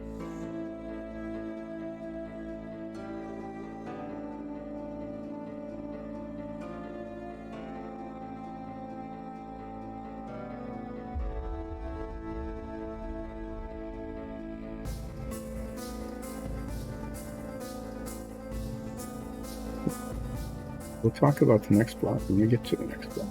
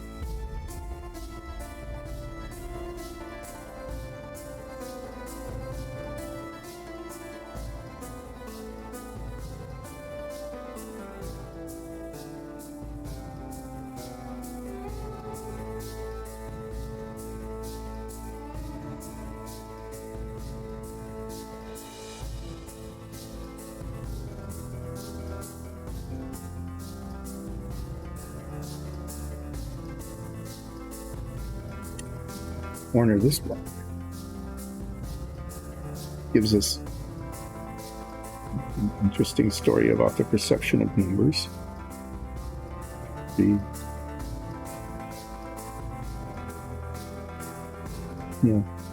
Weird. I'm just getting all these little white spots all over the place now as it dries and it pulls away from itself. So At some point there will be a lot of touching up to do. But this gets probably like 99.7% or something of the surface area. And it's weird how even though this covers, when you say that, it sounds like all of it, basically. Tiny little white spots in the wrong place can just make a big difference in the perception of the surface and how well it's painted. Anyway, talking about perceptions of numbers, this is number 6, which makes it 6/20ths. Okay? Now that, from a perceptual perspective, is kind of awkward, because you can't really do much with that. I mean, you can go from a 5th done to a 4th done, which seems like a big improvement, or from 20% to 25%, which seems like not very much of progress. This takes us to 30%. 30% of something is just kind of an odd thing. It's not like nowhere near half. It's really kind of a discouraging number, 30, 35%. It's like, oh, geez, it's like we hardly got started. Only 30%, not even close to being half, which is a kind of a perceptual hurdle. Okay, but the fraction of 6/20ths isn't a really cool, easy, it's not a cool number like a 5th or 4th. It's 3/10ths.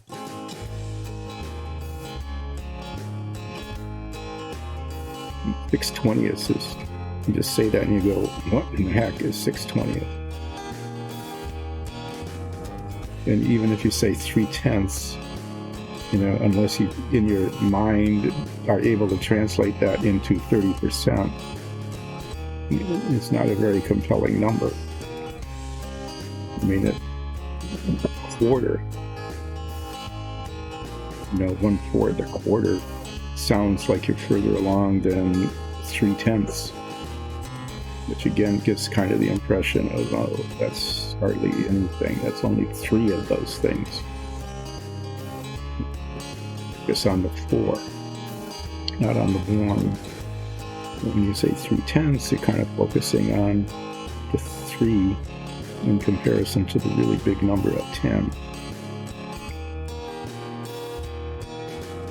But when you're a quarter done, it's like, oh, I'm making some real progress. And then you do one more and you go, oh, now I'm 6/20ths done. And this feels almost like you went backward. And you can't really do anything else with 3/10ths. You divide it, and you get 1 top 3 to infinity, 3.33 to infinity on the bottom. And you can't even say what that is. You can't even say that number. It's not a third. Okay. I understand a third, but 1/3, 3 infinity, 3.33 infinity, no. So this block becomes kind of an awkward block in terms of perception.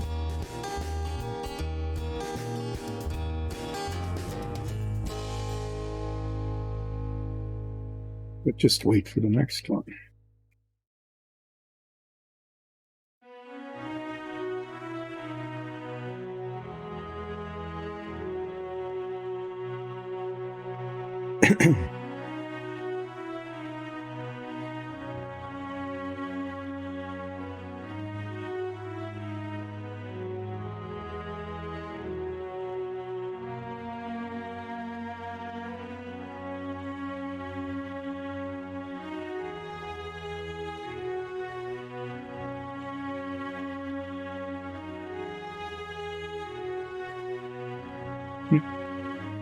About the perception of numbers, especially fractional numbers,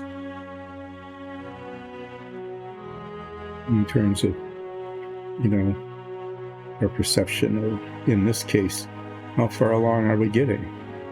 Are they making real progress on that? And you're saying, yeah, then jumping from a 5th done to a 4th done, even though it's kind of a small increment, feels like a really big improvement. But when you say I've gone from 20% to 25%, it doesn't feel like that much at all. And worse yet, when you get to this, it's 30%. And the fractional number is 3/10 or 6/20. And that just doesn't really seem to have much meaning at all, really.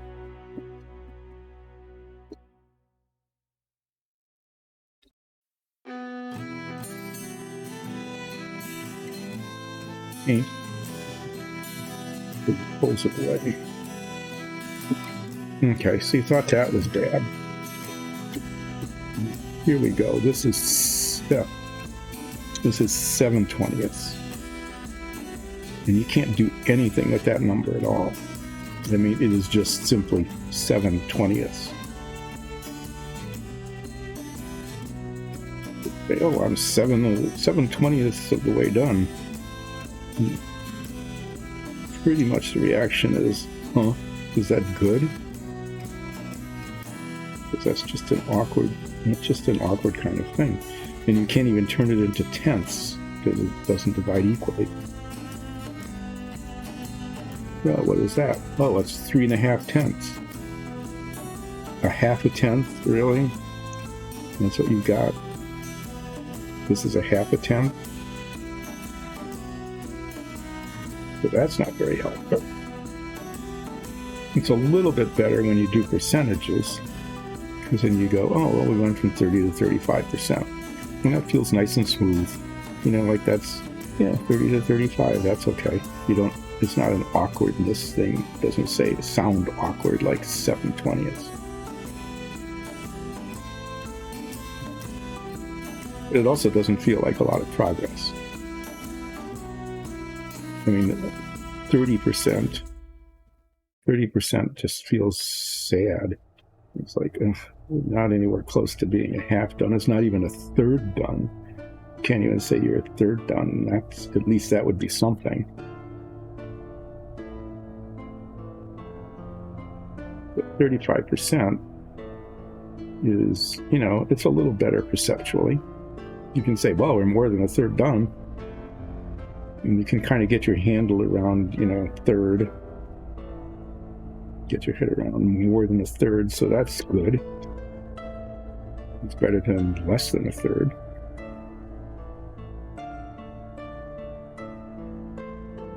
%35 is, yeah. So that range, especially, you know, you're dealing with 6/20 and 7/20 or something. Yeah, just perceptually just feels kind of like an awkward place to be in the progress of things.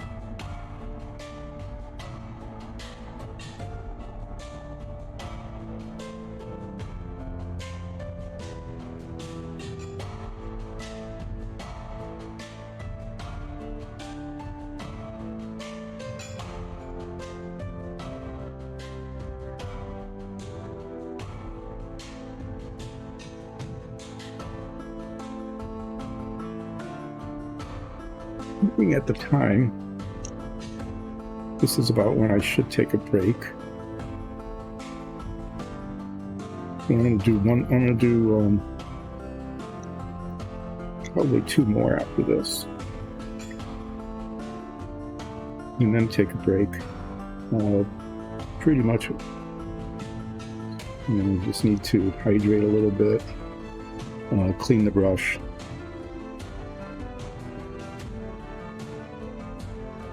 Get a sense of where we are in terms of paint.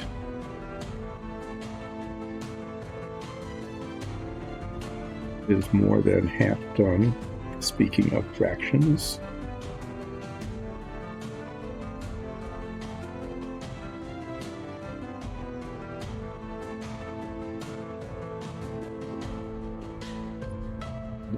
Got another, but we'll go as far as we can. And if there isn't enough, we'll do an inventory and make a paint purchase, I guess.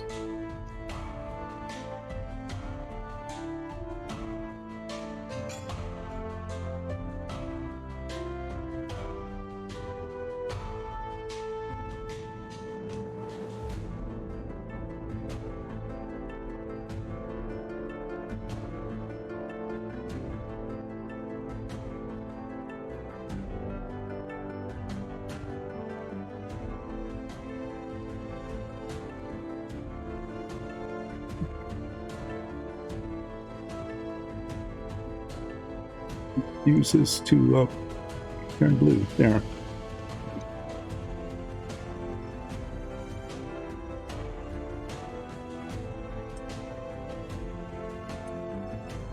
Sticking together because they're not dry. I'm going to do these two little floor tiles. It's just bases. I get my hands all full of paint doing these.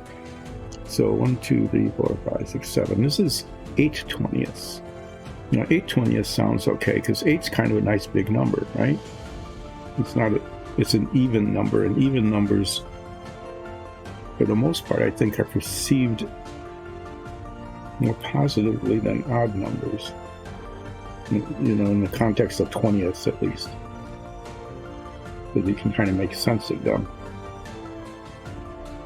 It's still not a good number in terms of fractions.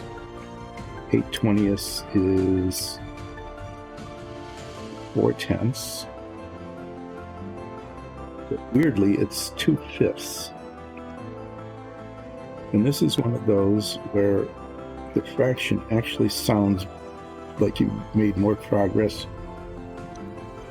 Excuse me, the percentage feels like you made more progress than the fraction, at least for me. So I'll explain that. So in this case, it's 8/20ths, which in numerical terms is much easier to understand as 2/5, but it's also 40%. So 2/5, and it's just 2. And it's 2/5. It feels like 2 of those fifths. I mean, 1/5 was pretty good compared to not even being that far. Okay, a fifth wasn't too bad. Now 2/5 seems paltry, at least in my perception. But 40% is not bad. That's almost half. That feels like we're getting somewhere. So in this case, back when we said a fifth or a quarter, especially a quarter, where a quarter felt like way further along than 25%. In this case, I think, at least in my perception, 40% feels like more accomplishment than 2/5.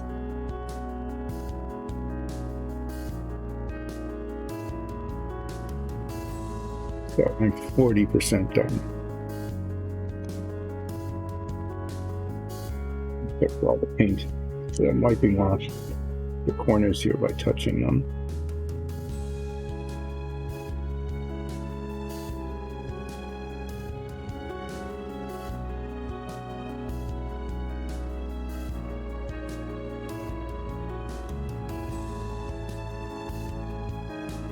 Okay, and this is another one of those, oh, it's an odd number. Kind of awkward. Remember 7/20ths? 7/20ths was really hard to deal with as a fraction. This is 9/20ths. 9/20ths in terms of perception of getting things done doesn't really sound like you're getting anywhere because you're still dealing in 20ths. Okay. And you can't really do much with it. It's just 9/20ths.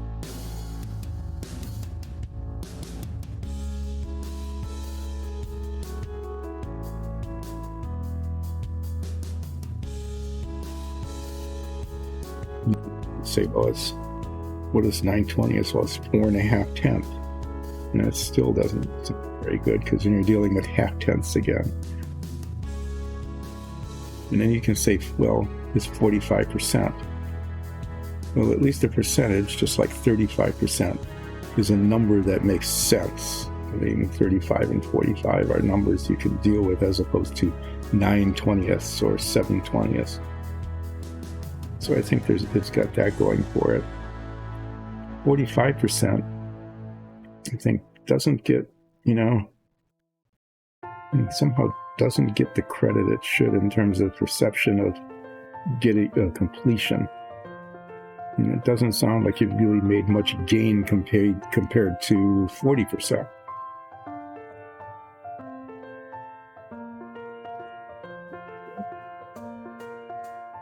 Talking about earlier, 30% to 35%.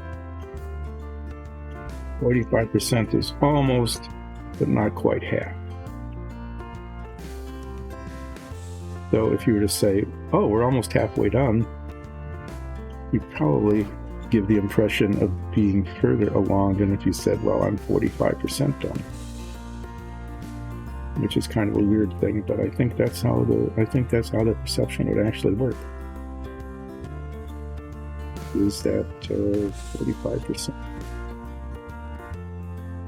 And the next one, which is 10/20ths. 10/20ths doesn't sound like much at all. It just sounds weird.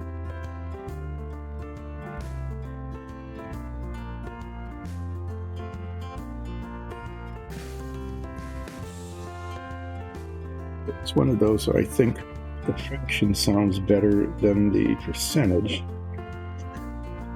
We're half done. We're halfway there. People say that kind of in a congratulatory way.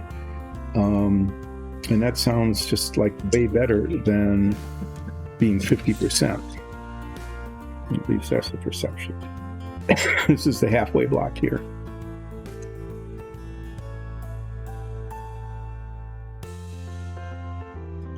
Okay, why don't I just do that? I'm just going to do a wall. It's a little faster. And we'll take the break at the halfway point. It's kind of a traditional place, right? We're halfway there. Let's take a break. So this is 10/20ths.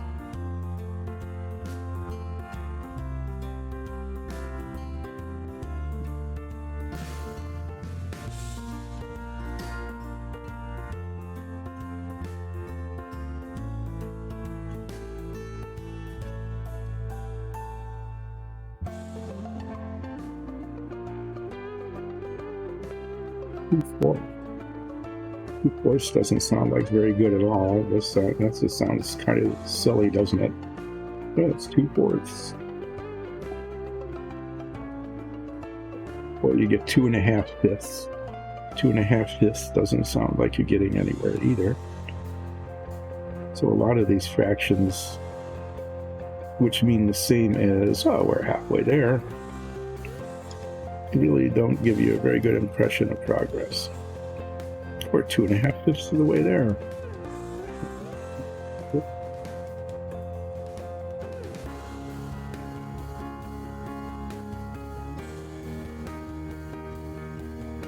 It is, of course, well, we won't talk about that one.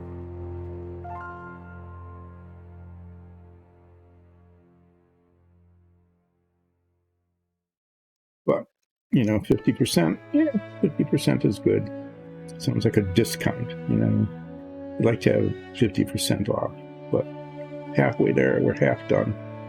It gives you a sense of, well, survive that half, probably survive the other half too. It gives you a feeling of hopefulness.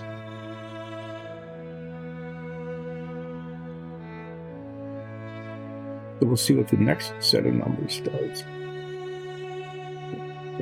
Stick numbers or not, in terms of feeling like you're almost done with the task.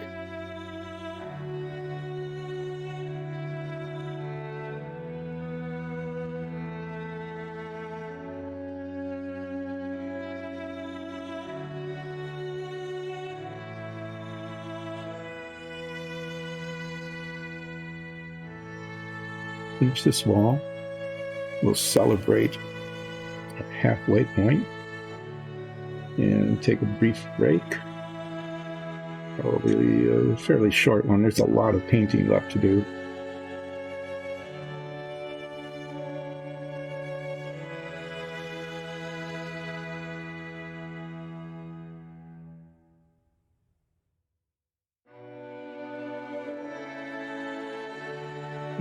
continue to put the base coat on the Dungeon of Doom.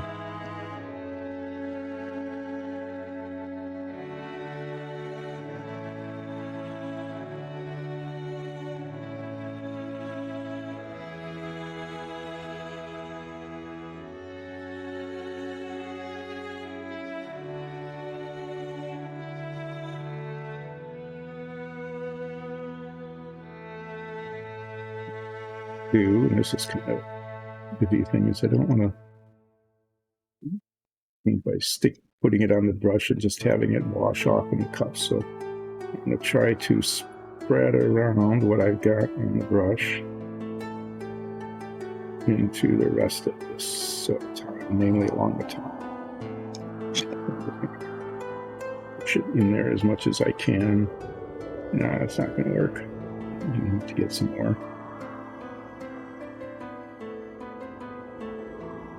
Because the top surface is really very rough. It's where all the whorls from the cooking process are. But I can get it that far at least.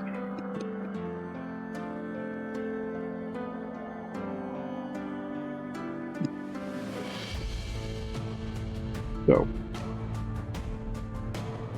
that's our halfway mark, 50% mark of being doneness.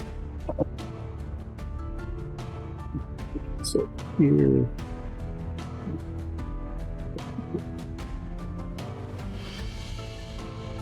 amp up this paint.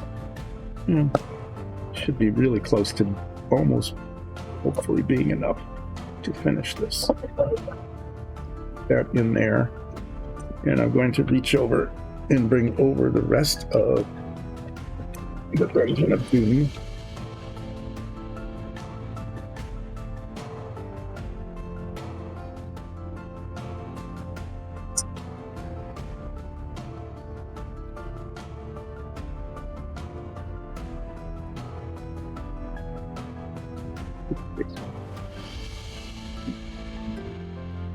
Been base coated. You can at least see the difference in color, at least that. I'm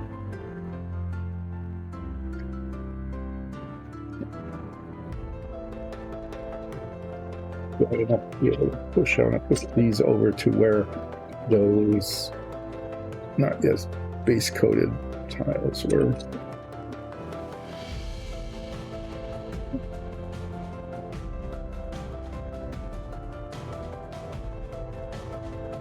Yeah, there's going to be a lot of touching up to do on these, unfortunately.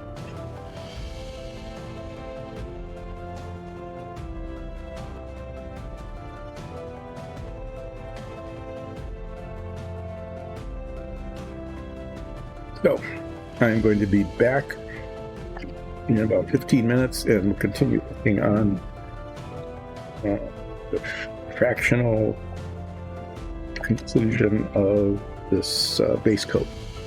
See you soon.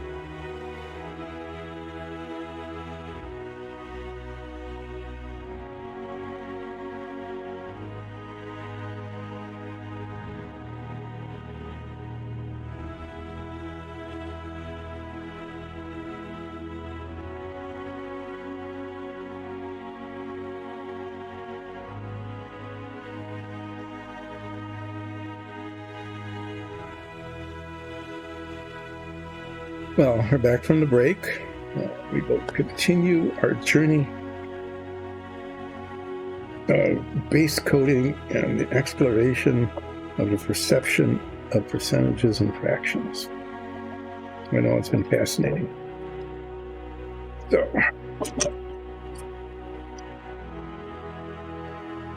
those yet to do, tackle them one at a time. Let's do some corners. So this one is 11/20ths. The odd number 20ths perceptually are, they're not very exciting milestones. So 11/20ths just doesn't sound like very much. It's got the 20 in it still. They all do because there's 20 of them. And they're all fractions of 20. 11/20ths turns into 55%. And 55% is not a real encouraging number either. It's like you can say, well, it's more than half. And you can say that about a lot of things. I mean, it's more than half, but not very much more than half.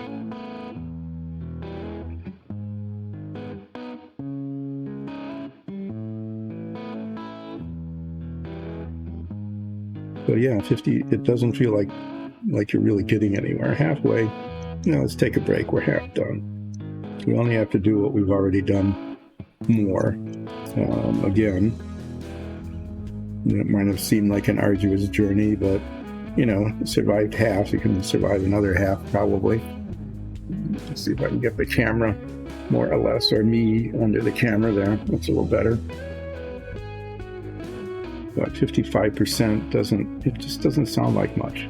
So, like in elections, because we had some, right? I won 55% of the vote, which sounds like, just barely more than half, right? That's hardly ever how it's announced. People will say, you'll see the number 55-45, right? You'll see that. And you'll say, well, yeah, it's 55%, and that's more than 45, that's for sure. But very sure that that's the case, that that's more. But if you say this, if you say won by 10 percentage points, because the difference between 55 and 45 is 10, of course. Won by 10 percentage points, it sounds like a landslide. But if you say 55%, even if you say 55-45, 55% is like, oh wow, yeah, it's more than half, but it's not like an overwhelming amount. It's not like almost all. We'll get to almost all a little bit later, I hope. As we get to almost all of these are done. Yeah, so I think I have to say that in terms of perception, in terms of percentages anyway, 55% is one of those kind of sad numbers. It's like 30%. Okay, 30% isn't bad, but it's not quite a third, so you can't even say, well, we're a third done. At least you can't say that honestly. So 55 is kind of like, I think, 30 in that it's just like, so we'll just keep going because we got more to do. It's not a feeling, it's not a milestone, it's not a feeling of accomplishment like you might get with like a quarter.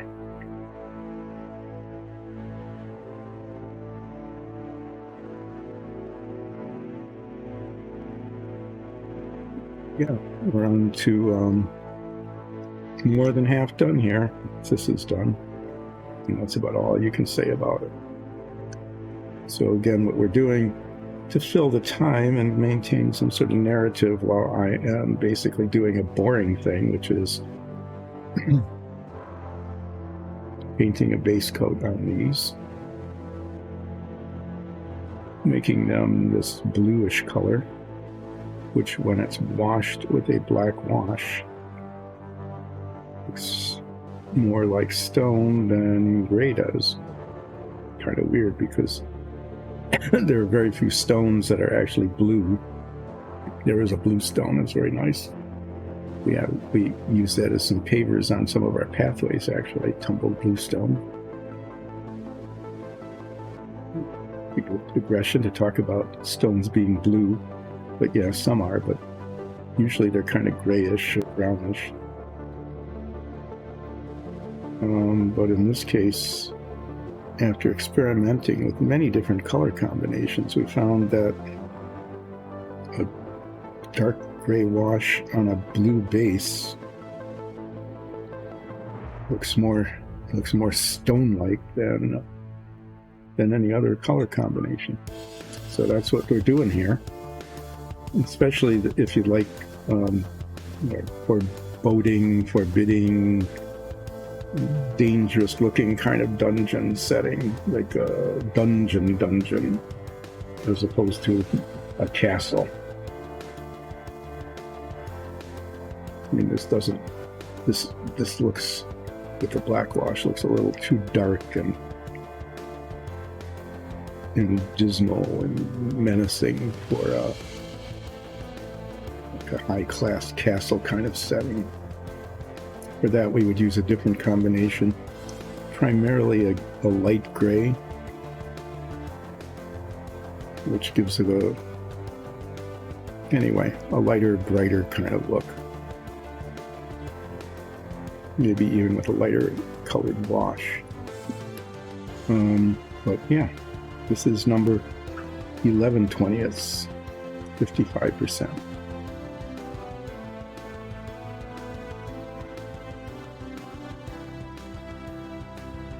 Weird kind of perceptual things in this. It's located right in the pathway of pushing this corner. There's many corners left, and then there's this block, the narrow passageway block. Not much floor area, but a lot of wall area.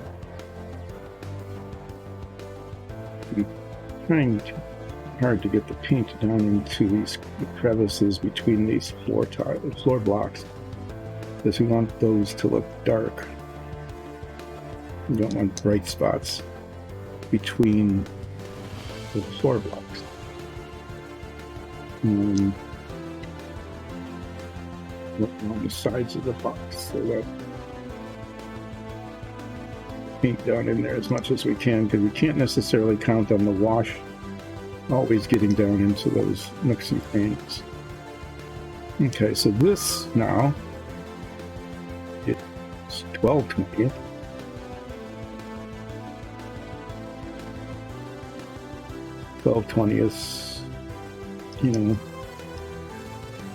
Doesn't sound like much.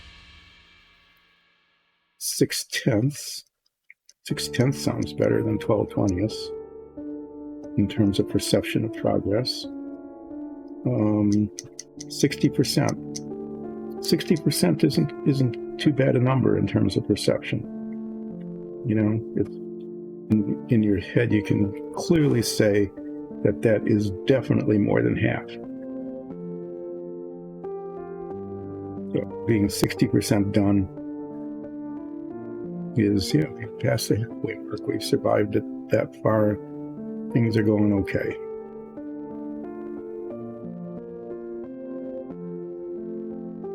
Three-fifths, on the other hand, 3/5 doesn't sound that great. 3 isn't a very big number. I think we're going to find that actually of most of the numbers from now on is that the percentage will give the bigger impression of progress.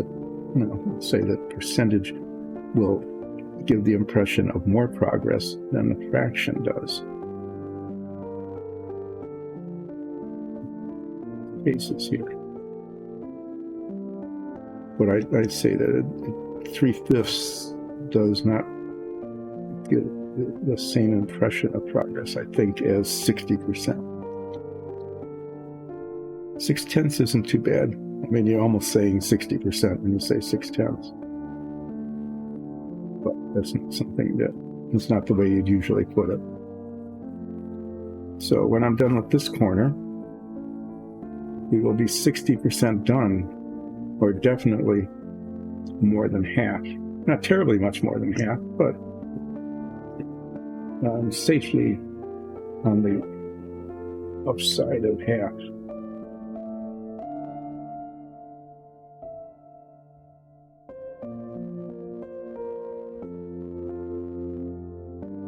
Trying to get the paint again into the spaces between the raised blocks. We want that to be dark. And when we look at these after the paint dries and it shrinks and it pulls away from itself in some places, there'll be little white gaps like that one.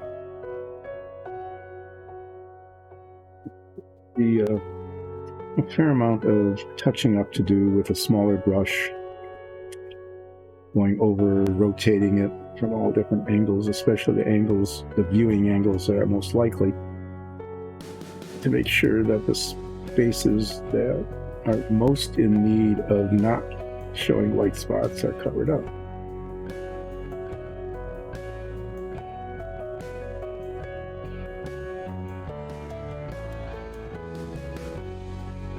Okay.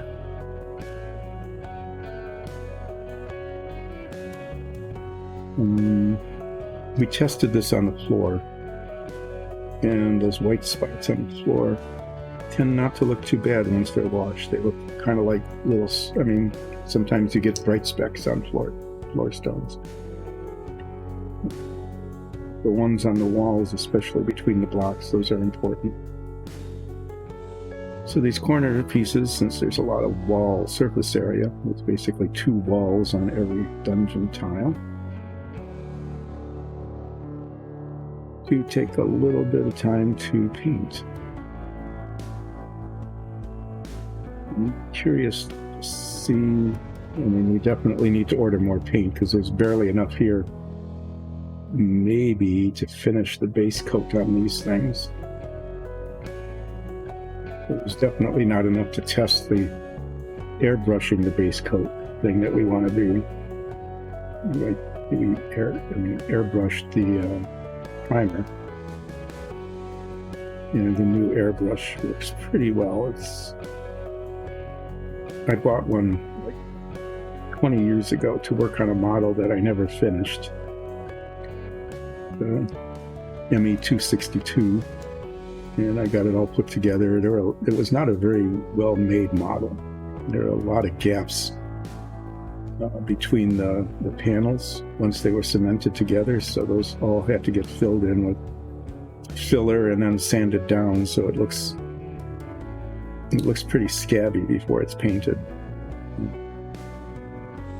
But I wanted to make it look pretty nice as a model, and so I bought an airbrush so I could do the painting of it, not have brush marks and that kind of stuff. Even though this paint is pretty good about not having brush marks, especially on these dungeon tiles where there's a lot of surface texture. The airplane models tend to have pretty smooth surfaces, which could, anyway. So I bought this thing a long time ago, and we've used that initially to do priming, but it was designed for like detail work on models. And the largest surface would be like a wing panel or something like that.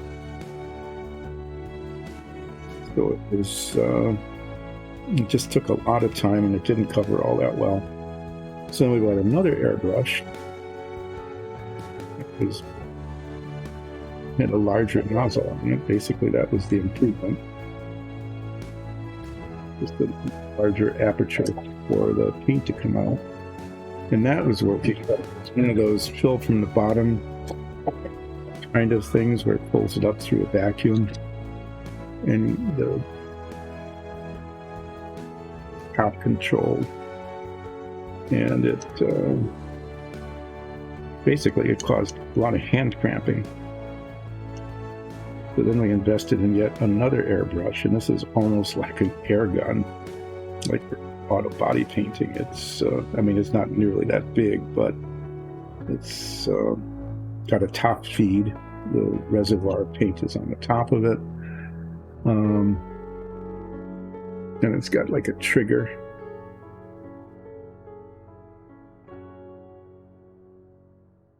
And instead of a button on the top, so you hold it like that instead of like that. And apparently it's a higher volume, so the report is that having primed all of these pieces, and there are a lot of them, and then more of them in the paint box thing over there, that it was a huge improvement. And maybe it's an improvement enough to try with the base coat. That'll, you know, if you look at the primer, it got into the nooks and crannies there, the space between the blocks pretty well. But we haven't tried it with the color coat ever, just with primer. So sometime probably, you know, in a week or two, after we get more paint, or maybe with the gray paint, we've got a couple of bottles of the light gray that we use as an alternate color for this. Maybe when we do some gray ones, we'll try airbrushing on the base coat, which should be a whole lot faster and maybe even better quality than hand brushing it on like this. There'll still be touch-up, I'm sure, but maybe not quite as much, and the time saved in putting the base coat on will more than pay for itself. Anyway, that's the hope. So I think that when we do a gray set, I'll just call it that because the base coat is a gray color. When we do a gray set, I think we'll ask Nikki to try out the airbrush for the color coat and not just the primer. Anyway, yeah, let's stop talking about numbers. 1, 2, 3, 4.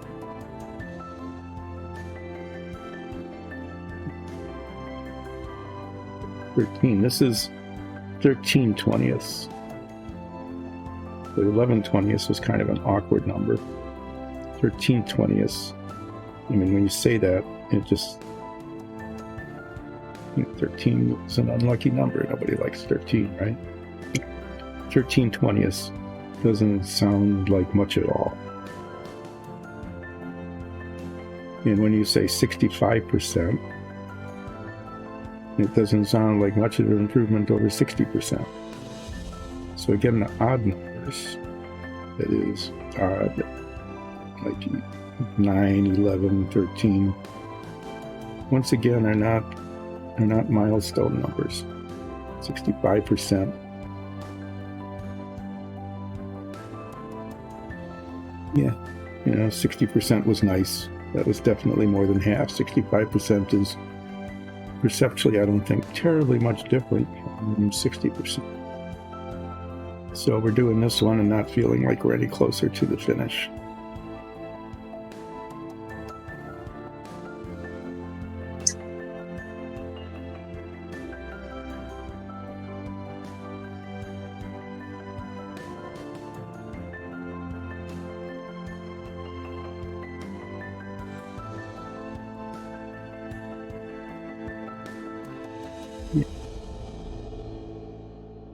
These corner tiles with the double walls, they just take, they take at least twice as long as the single wall tile, because there's 2 walls. There's less floor space by a little bit because of where one wall comes across, but basically, we need to design dungeons. Need to design dungeons without corners. You think that would actually just be called a wall, right? It would just be, it isn't a dungeon, it's just a wall. So you'd be walking next to a wall, could be up against a wall, but that's all it would be. So where were we here? Yeah, we're on 13/20th, 65%. Long way to go yet. That's what it feels like. It's not quite the milestone you get with some of the even numbers.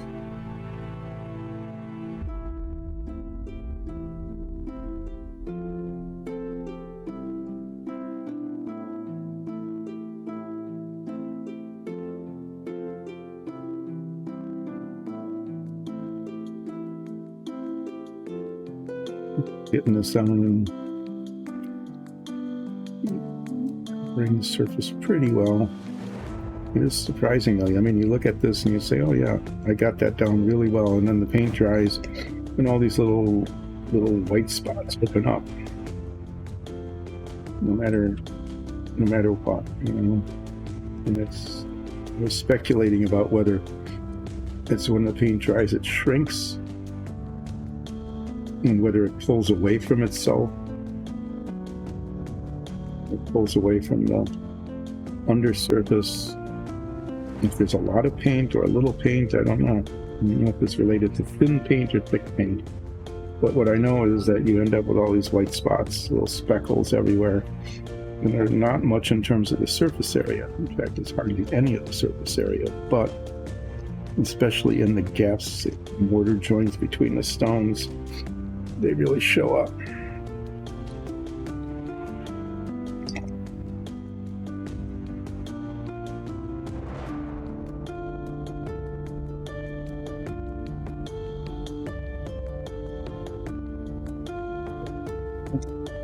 I'm going to do this one. This looks like kind of a pain in the butt to do.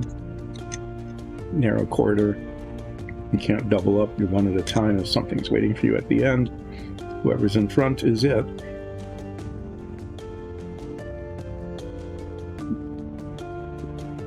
He's getting the walls on the inside, reach around to it. Yeah. So this is 14/20,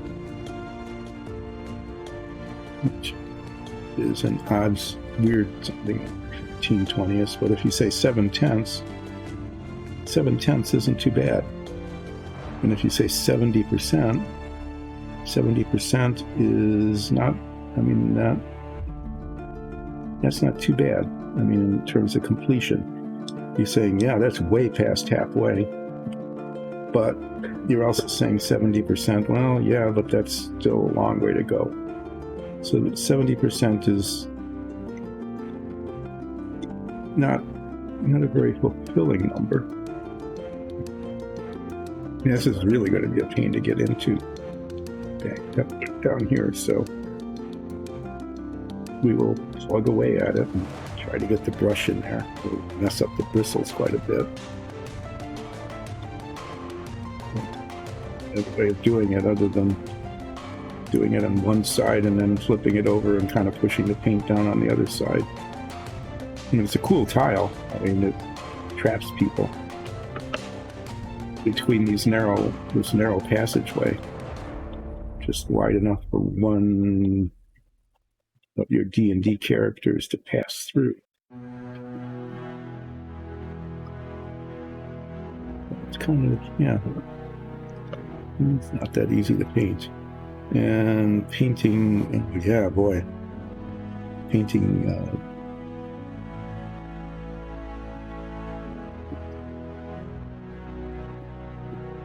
in here, and they have to have them on all the tiles. That should be a challenge. I think I've done one of these before and I didn't like it.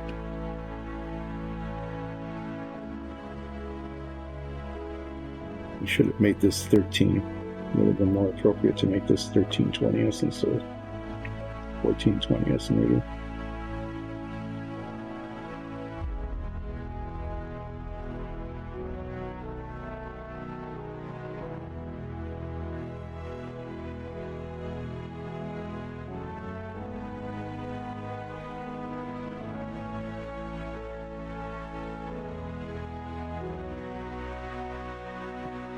pretty much one side. Let's do the other. I'll do the floor last, so I can actually get to that.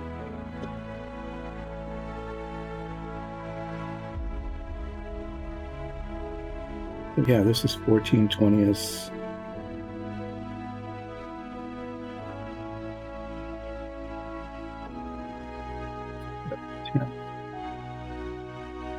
70%.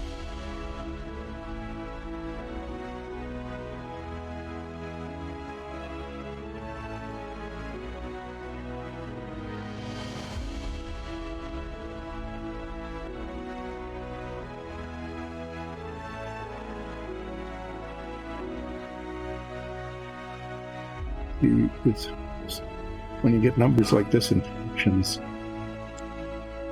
it's where it's starts, the number itself as a number is just fine. Like if you wanted to make this one something, you divide the top and the bottom numerator and denominator by 7, so you'd have one what? You'd have 10 divided 7 into 10. 10 divided by 7, which is 1 point. Used to be able to do this stuff in my head more easily than I can now.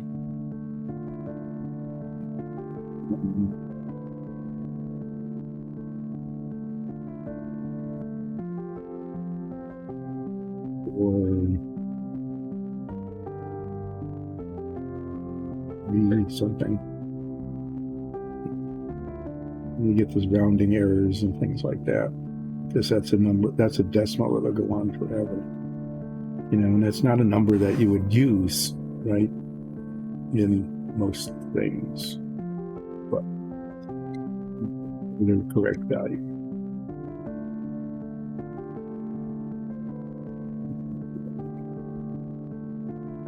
Numerator and denominator by 3.5, and you would have 2 somethings. Would you want to do that? I don't know. To show off that you know how to divide, maybe.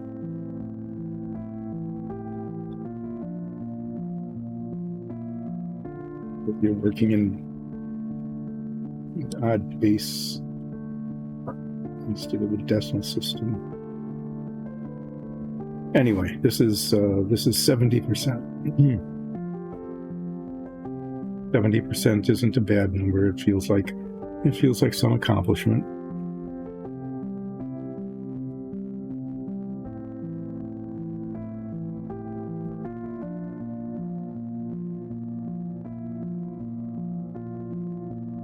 On the other hand, it's not a really good number.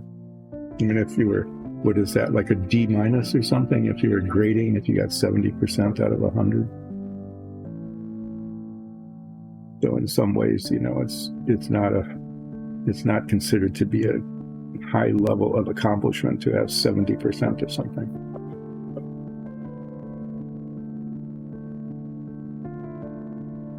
But when you're doing base coats on tiles, and you got it 70% done, which eventually will happen. This is taking time.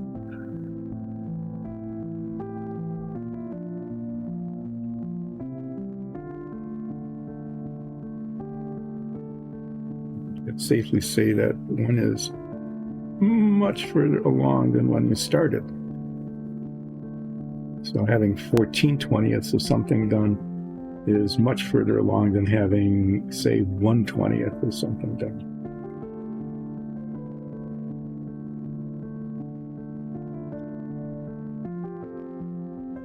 Yeah, kind of glad I did this one now, because it's just finishing this one won't be so much a feeling of accomplishment as a feeling of relief. I think when I paint the highlight bricks, I might do this one first, just to get it done. There's actually another narrow corridor tile, but it's not quite like this. It's a trap tile. And one of these walls is removable and rotatable. So you're going through this and it looks like this. In fact, you know, with the standard wall on it, it looks just like this. So you're walking through this 2-block long, narrow corridor. And then the DMs are never very nice to their players. Says, "Oh, you should have checked for traps." And the players go, "Huh, what?" It says, "Yeah, you just triggered a trap." And one of these walls then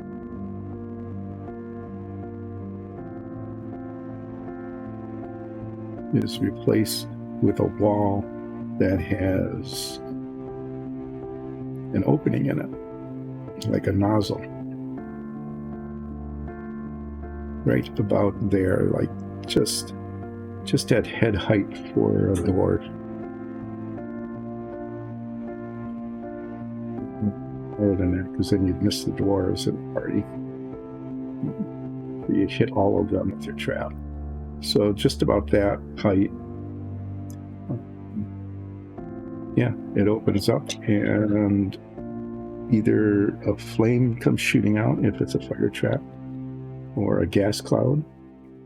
And I imagine it's possible to do other things as well, but we've done prototypes of these with both the flame and a gas cloud. And, yeah, they're pretty cool. So anyway, yes, the other one like this, it's a long, narrow corridor in the Dungeon of Doom. It has a trap built into it. It's designed in such a way that you can't see that there's a trap until it's actually triggered, which is really what you want. I mean, it's not much fun to have a dungeon tile where the trap is obvious and you don't even have to check for traps to see if there's a trap. I mean, you can pretend that it's not there, but that's not the same as seeing that it's not there, or not seeing that it is there. Yeah.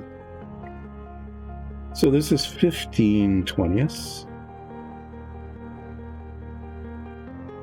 15/20 sounds like a really awkward number.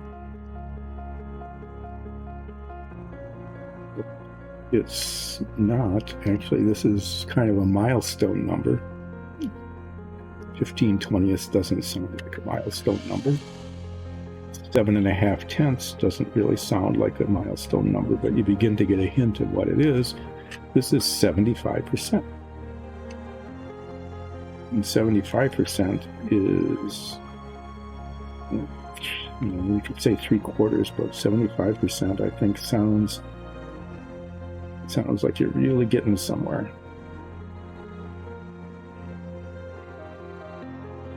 So, yeah, kind of an oddity where one of the odd numbered ones,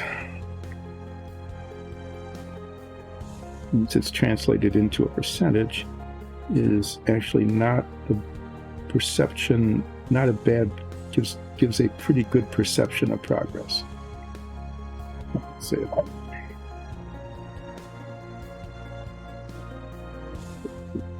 Three-quarter mark, or 75% block once it's finished.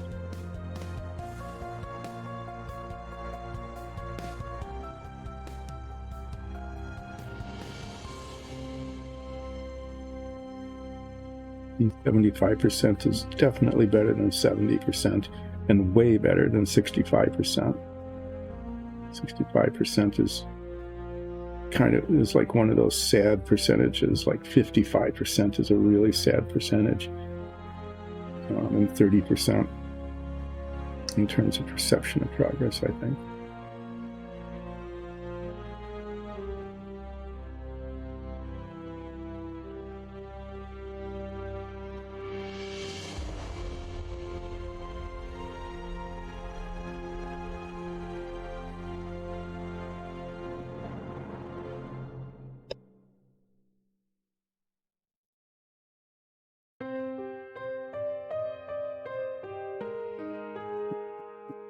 75% is, it feels like you're getting somewhere. How are we doing on time? Okay. Sure. I want to get the base coat on all of these. So fortunately, most of the tiles that are left, I think there's one more corner. There's less surface area. It's like the single wall tiles with a floor and one wall. I mean, it definitely will take less time than these corners, which have two walls. Not quite half as much, but, you know, percentages again, but definitely less time. So we got one more of these corners, and then we got some flat walls and some doorways. And then there's a couple of just plain floors, like the two I had done earlier, with no walls at all.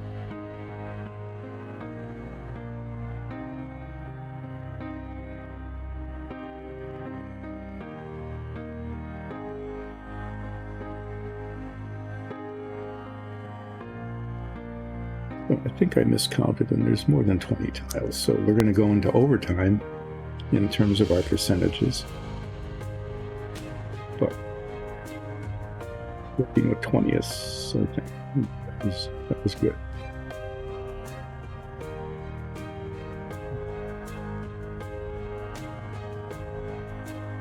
Two.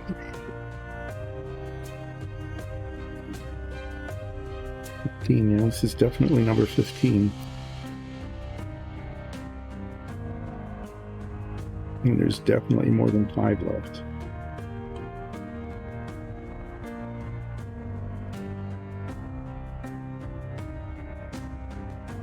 Yeah, so we'll do more than 100%.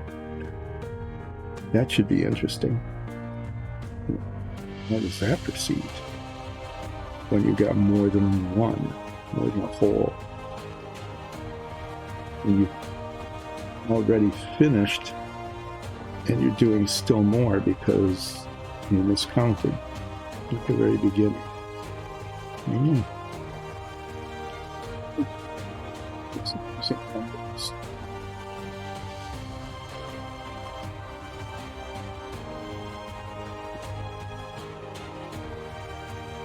So 75% on.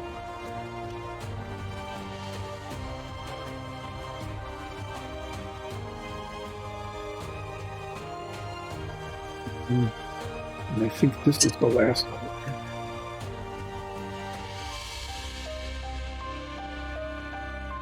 The 16/20ths. 16 is not a bad number. 16/20ths doesn't sound like much, but it is 80%. And 80% is, again, one of those numbers that feels like we're getting somewhere. 80% is that. 80% is like a solid B-, right? I got an 80% on the test. That's really not too bad.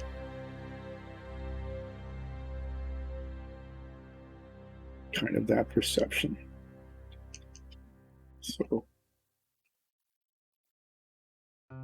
now one would expect, definitely, that as you were getting closer to being done, that the perception of being done or not would be, you know, like you would perceive like you were getting further closer to being done.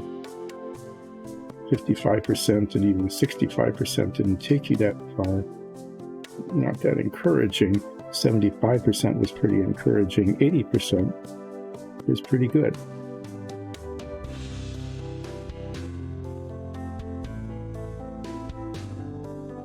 These are 16/20ths block,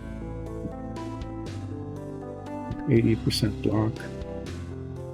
We can actually begin to imagine getting near the end block. Because that's some, you know, there's that feeling too, that, you know, when you first get started, you get a couple done, there's that feeling of, yeah, I got some done, look. Before this, I had none done. Some done was way better than having none done. And then it just gets to be a grind. It's like, oh, there's more, there's more, there's more, there's more. And you're halfway done and you're like, well, I could probably survive this. And you get to 80% and you say, oh, I'm getting kind of tired, but we're near the end here. So we'll keep moving on. So that's kind of the perception we're at here. And if I hadn't miscounted, I would be feeling like, oh, this isn't too bad. 80%, nearly there.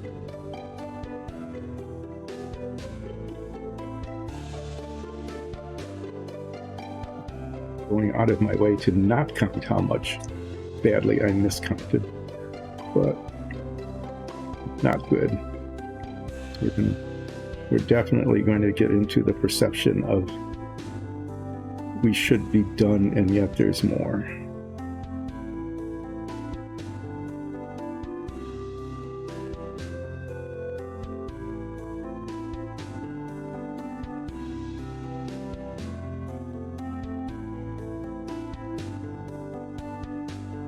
But at least this is the last corner block.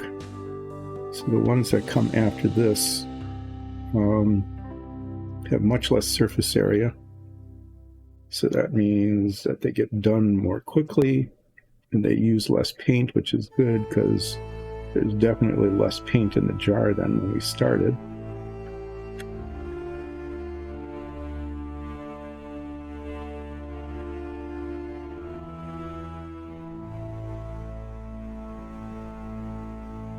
Paint over and brush around a little faster than I was. So sort of unintentionally, the rest of me is saying, I'm almost done with this. 80% is kind of like where you go, let's make one final push, and you pick up the pace a little bit. And just like, let's get this over with. Let's get on with the finish here.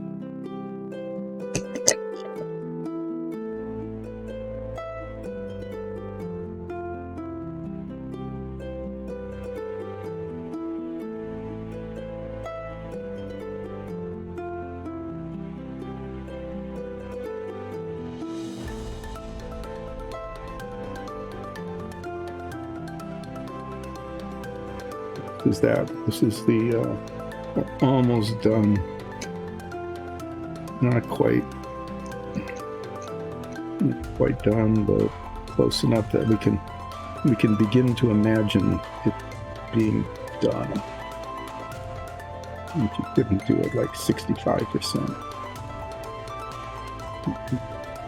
Once again. Oh.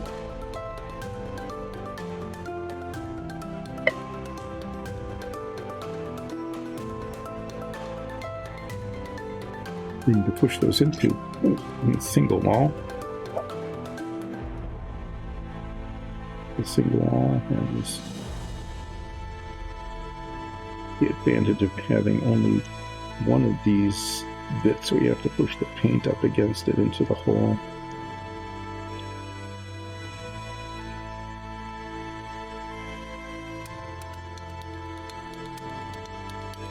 This is 17/20.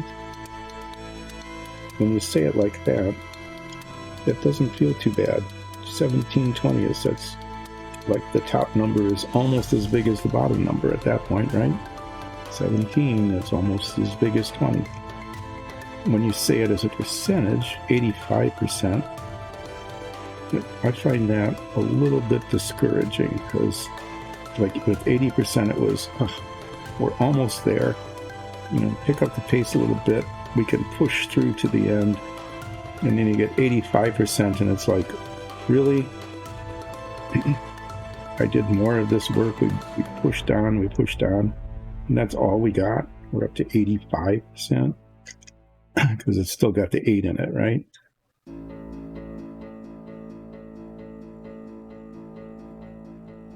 With 80 and the 85 makes it, I think, perceptually not terribly much further along than 80 without the 5.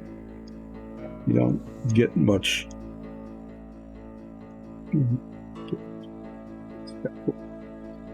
adding the 5 to the 80. But, you know, well, it is further.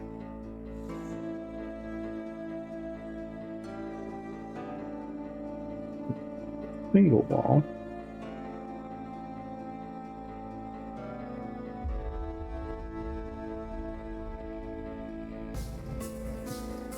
Base. I don't have to work into a corner.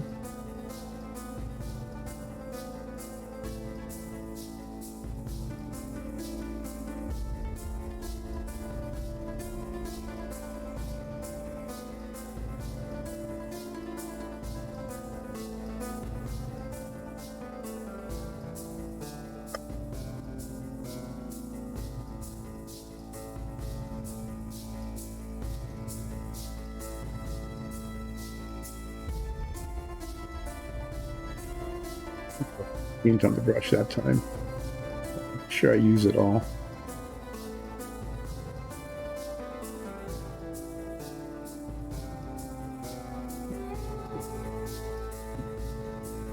Use.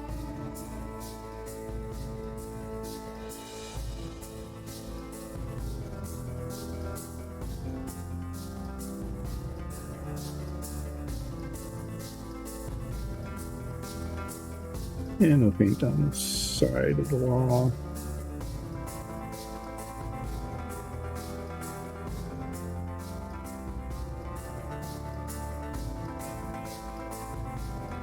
I got 2 more of these, that's not too bad.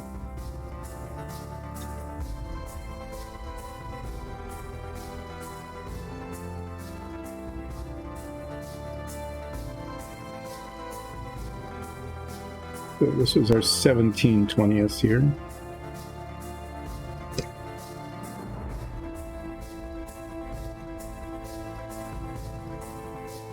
Look at some on top.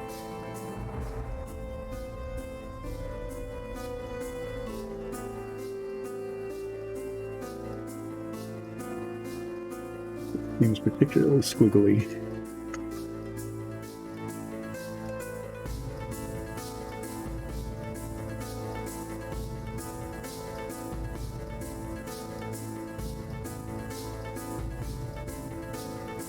Good thing we're getting near the end because we're running in here. Moving the mug. Okay. So this one is 18/20th. 18 like 17, you know, it doesn't sound too bad because it's a pretty big number. Percentage-wise, it sounds really good because it's 90%. And 90% seems like a big jump from 85, going from 8 to 9. I mean, that's nice. Going, now we're in the 9s. So incrementally, going from 80 to 85% might not have given the perception of much progress, but going from 85 to 90 seems like a pretty big, nice leap forward.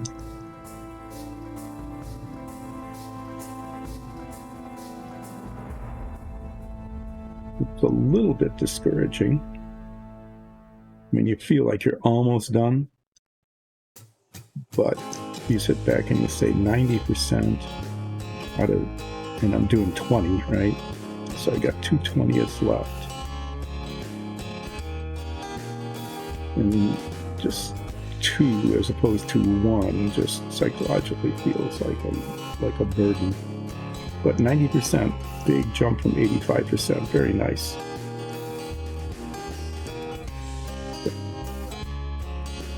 I think psychologically it gives you quite the boost that hitting 80% did. Remember, that was the, let's step it up a little bit. We can see the finish. We can get there. Let's push a little bit. 90% is more like, yeah, we can see the finish, but we're starting to get a little tired of this. So, not exactly sprinting yet.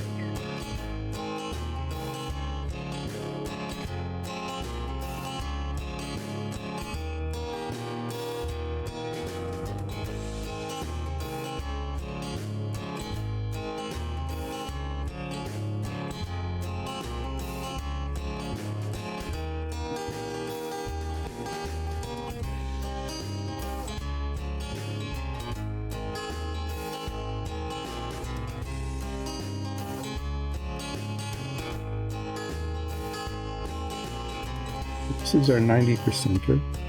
That's a good solid B. Okay. As far as grades go, that's not bad. Sometimes in places that could even be a B plus if you get like pluses and minuses, half grades, right? If you got a number, you just got 90.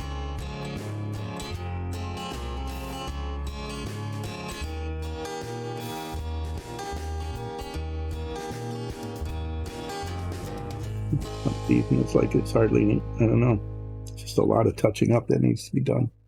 Get the back of that? Yeah. Almost was afraid that I didn't get the back of the wall.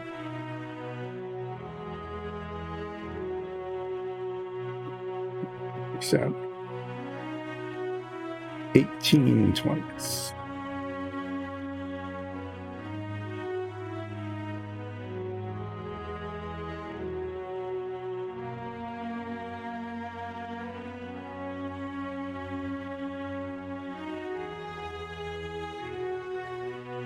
So now, I was peeking ahead. I said I probably wouldn't because I didn't want to be discouraged. I see now how the miscount happened. And I'll explain that when I get to it.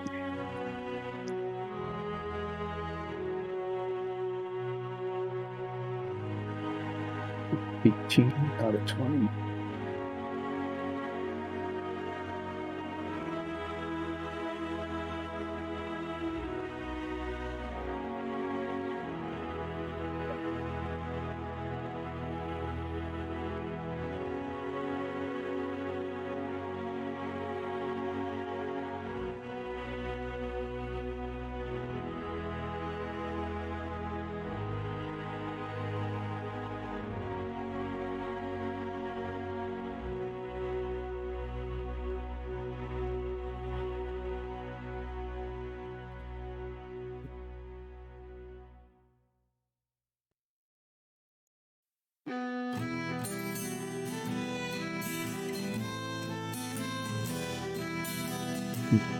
Camera. I apologize, I wasn't watching. But the count is the same. This is 19/20. Okay, so I'm going to say that this is kind of an oddity in terms of perception. Okay, because there's 20th, saying 19/20. 19/20 is like 19/20. It is really close. It's obvious when you say 19/20 that there is just one more to go. Okay, and that works because with the fraction. It doesn't work quite the same with the percentage. Okay, because this is 95%, and 95% sounds pretty good. In fact, sometimes you just say 95% is good enough, and when you hit 95%, you just say I'm done. Now, you can't do that when you're doing this because you have to get them all done. Okay, but it could be like 95% of 50. Then there could be more than one left to do. In fact, you wouldn't really have 90%.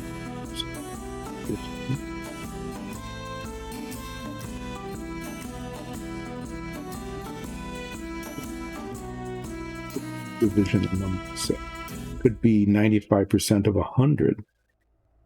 Then you'd have 5 left, and that would feel a whole lot different than I just got 1 left. So in this case, because we're dealing with 20 of these, the fraction actually feels like you're closer to the end, and realistically it is the case. You say 19/20, there's just 1 left to go. It feels potentially at least a little better in terms of being close to being finished at 95%. But again, sometimes, like I said, in some circumstances, 95% is as far as you get.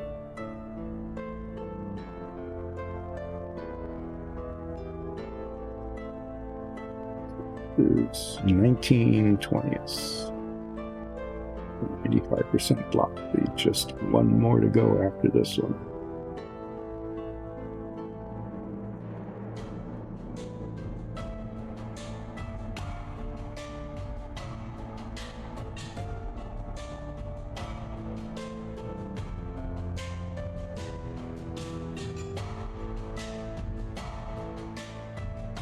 there is, in fact, since I miscounted, and I'll explain why after I do the last one, which won't be the last one, but should be if I counted correctly.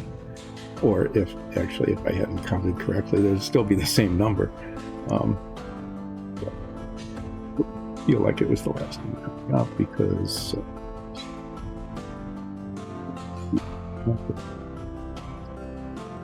but anyway, back to 95% or 19/20ths, and this is if there had been only 20 to begin with, the only one more to go block.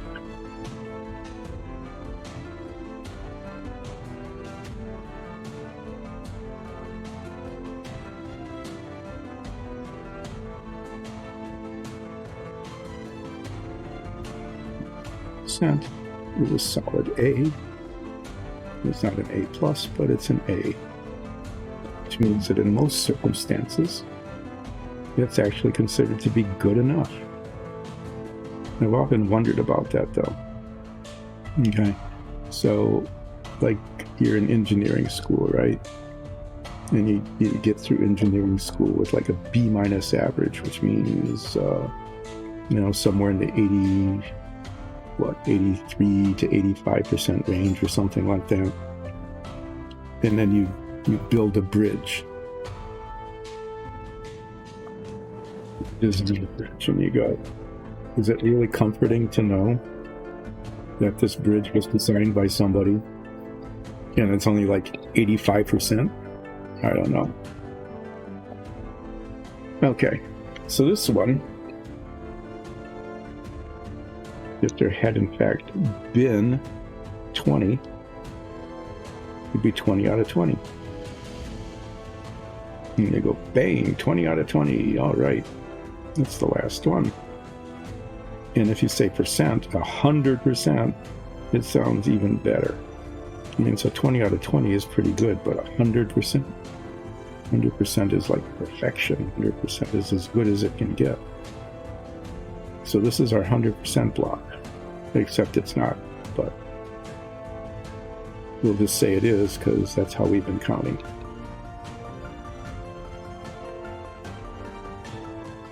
This is a door. Well, it isn't the door, it's the door frame tile. And if you look at it here, you can see these are the side posts of the door. It's hinged on the bottom. There's a lintel that goes across on the top, and the door actually operates. That is to say, you can swing the door open and closed, which is kind of a cool thing. They really work. And so if you were running a D&D campaign with tiles like this, you could come up against a closed door. Maybe it's locked. Maybe you've got a rogue or somebody who has learned lock picking and they picked the lock. Maybe you got a Furbog fighter like with Ralph in our campaign, who has a crowbar, who can break the door down. At any rate, the door can be closed. You can't see what's on the other side of it. And then you swing the door open once it's either unlocked or broken down or something. It's a cool effect too, to be able to have an operating, working door. This set has 3 of them, including one on either end, if you recall, of that narrow corridor. So you walk into it, maybe you have to jimmy the lock or break in or something, and you get into this narrow corridor. And then there's a door on the other end, which might be locked or not. There might be something horrible or wonderful, you don't know for sure, on the other side of that door. All you know is that you're stuck single file inside of this narrow hallway, which in our case is actually still is trapped. You don't know that though. Yeah, but you might just walk in, the doors are unlocked, there's huge treasure on the other side. You pick up the treasure and you leave. Or you might break down this door, encounter a nasty creature, in the hallway, beat it off. Your fighter in front nearly dies because nobody else can get in next to melee range of the thing you're fighting. Your archer has to shoot around you, so might be at disadvantage because there's no room to maneuver, and you finally beat that. And then what you do next, you trigger the trap.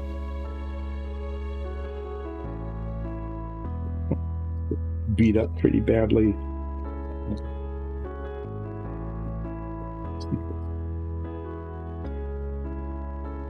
Then you come to another door, and that door's locked. And you can't maneuver around, so your rogue can't get to the door to pick the lock unless you all leave. And maybe you do that. Maybe you just all leave the corridor, rearrange the order in which you appear so that your rogue can go first instead of your fighter tank character. The rogue successfully breaks the lock, or picks the lock, opens the door, and confronts, I don't know, something nasty like maybe a golem or something, right? And that's just fine because your rogue can do tons of damage, but can't take it, and nobody else can get there. So eventually you let your fighter step over the unconscious corpse of your rogue. Just unconscious body of the rogue. Okay, so that was 20 out of 20. And what happens here is I've got 4 left. So what happened when I counted is there are 4 of these no wall tiles. I counted the walls on the outside, including the doorways, and so I missed the 4 of these. So we are now on 21 out of 20. This is 21 out of 20.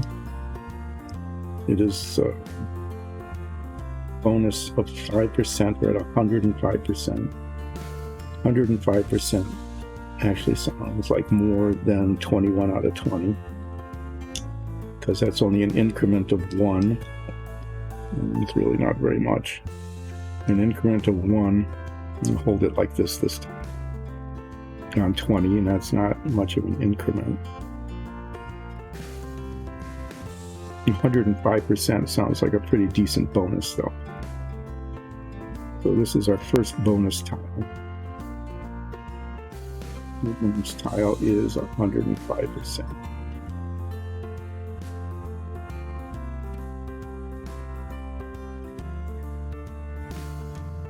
These take a little while to paint because the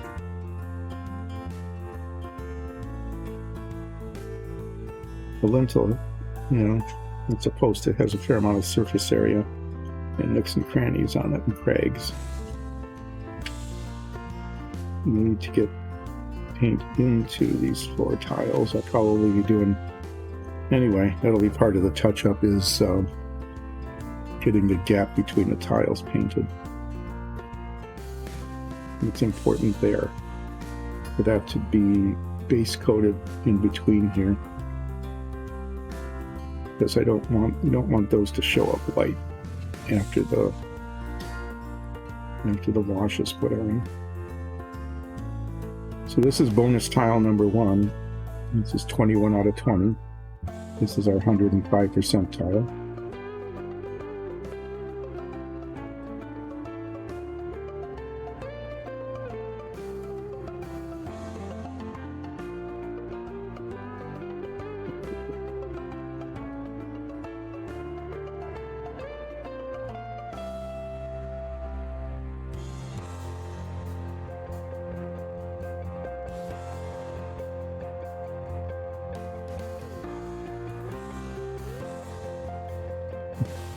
Yeah, this is ours. Really not not a convenient place to hold a tile too.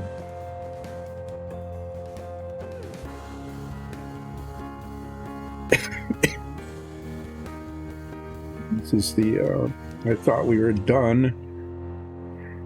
I counted the floor tiles as well as the wall tiles. But no. This is we've got more to do. And then there's this, this opening here that definitely needs to be painted.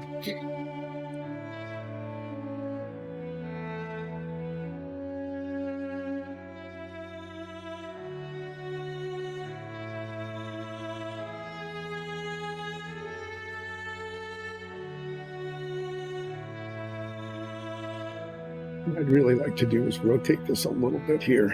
I'll try to do that here so I could get to the back at least a little better than twisting my arm around.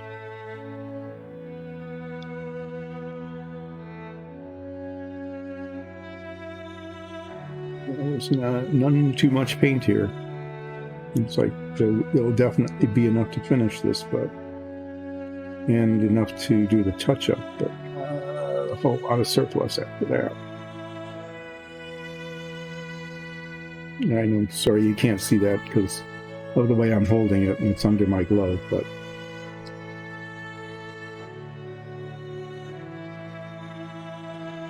better than getting my fingers in too many of the painted surfaces.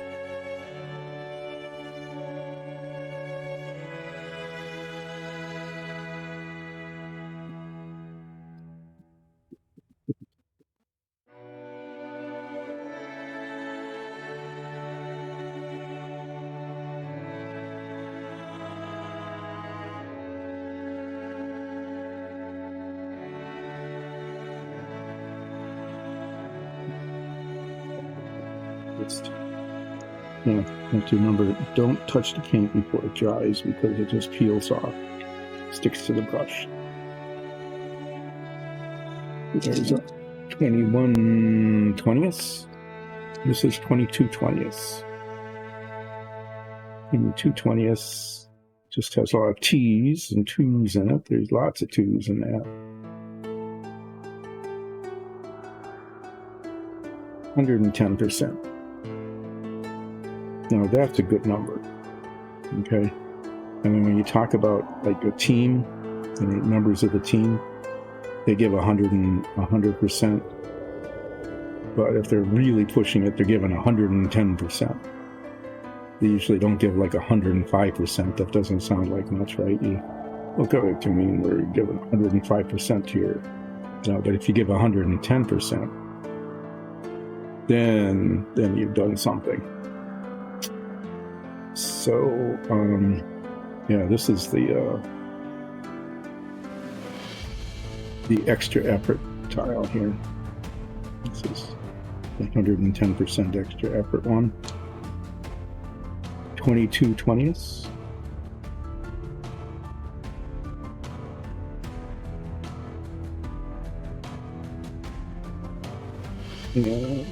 Celebrating all of this is actually 2 tiles and 4 walls left, and those are for the trap tiles, and we're not doing those yet until the magnets are in.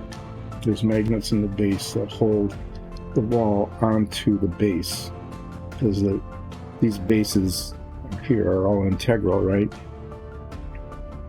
But the trap can't be, because the wall has to either rotate or be replaced at the option of the DM. And so there has to be some way to keep the wall attached to the base without it being permanently attached. And we do that with magnets, just like the magnets that hold these pieces together. So those need to be magneted, and then the base coat can be put on and can be painted.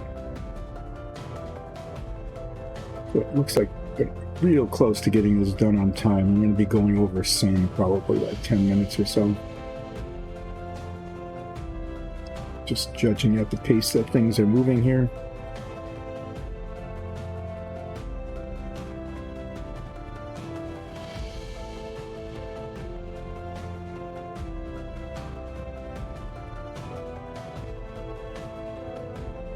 A little narrow gap between there and there. There's little pieces of stone against whatever the lintel is made out of. And I'm painting the lintel because, or the frame, I should say, not the lintel that goes across the top. We don't have those yet.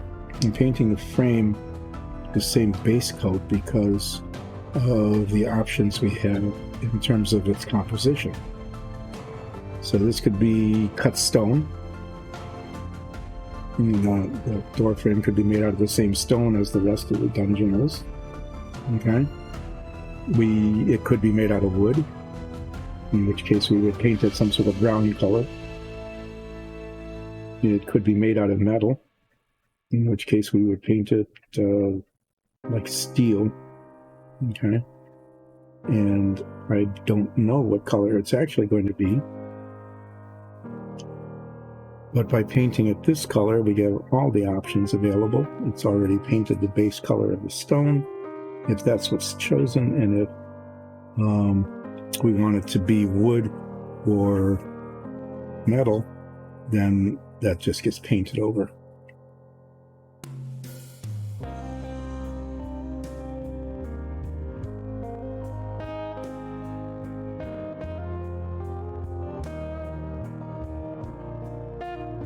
Options open, keeping the amount of work for the future down.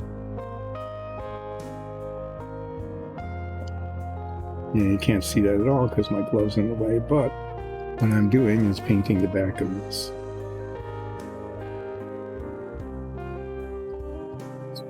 See the front and the side.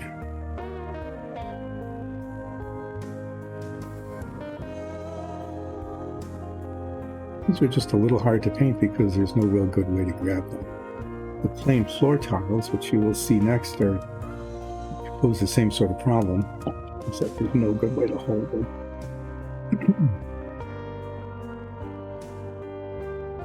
So this is our extra effort tile.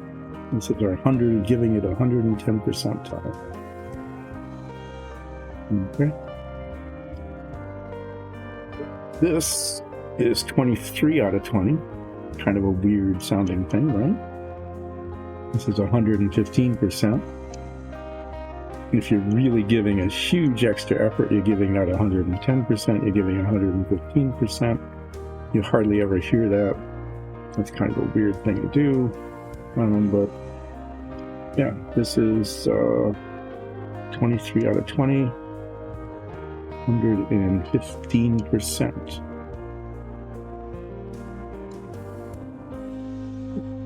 You're going to have to hold this in the corners. Yeah, paint up to that and then paint over it and probably catch it and touch up because there isn't any other way to grab onto these other than like from the top or the bottom, in which case, I don't know. I think I'll try that on the last one.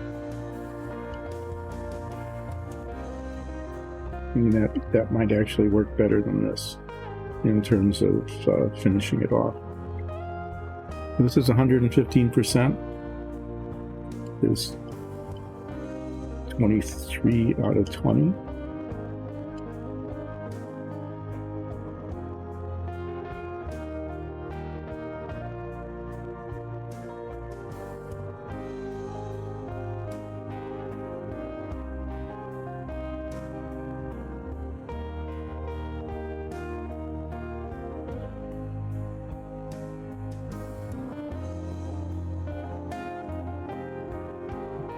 Some different directions and see the spots that got missed when it looked like I didn't miss any at all. So I've got these corners left, so I need to grab it basically on the corners on the other side, and that will pull some of the paint away, and I'll have to retouch those.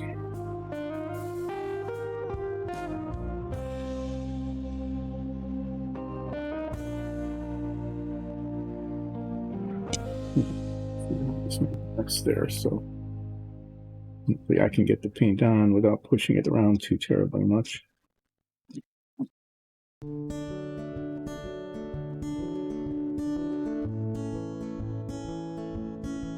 Okay. And then this one, this is 24 out of 20.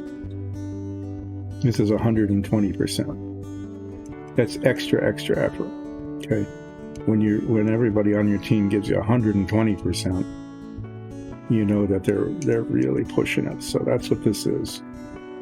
And it's a good number to end with, 120% super duper extra effort in the dungeon tile base coat painting effort that we're doing today. So I'm going to hold on to this one this way. Okay, and I won't be able to get this painted until the end, but I'm hoping what will happen is that I'll be able to paint that while it's sitting flat on the work surface here. And that'll allow me to get all of these sides and corners painted without having to grab onto already painted surfaces. Once, if that works, it'll be a lesson. A frequent lesson, which is you sometimes don't get good at something until you're done. Really good. 20 is 120% extra effort. Floor tile, dungeon tile.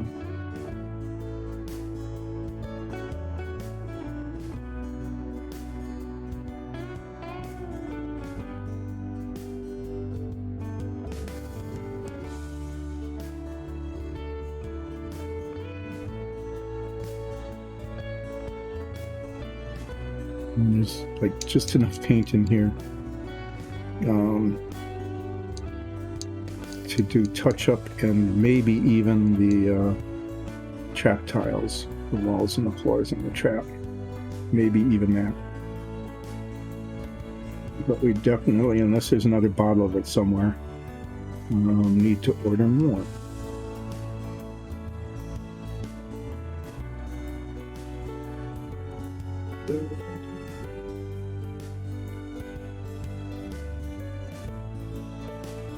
He said something at the end.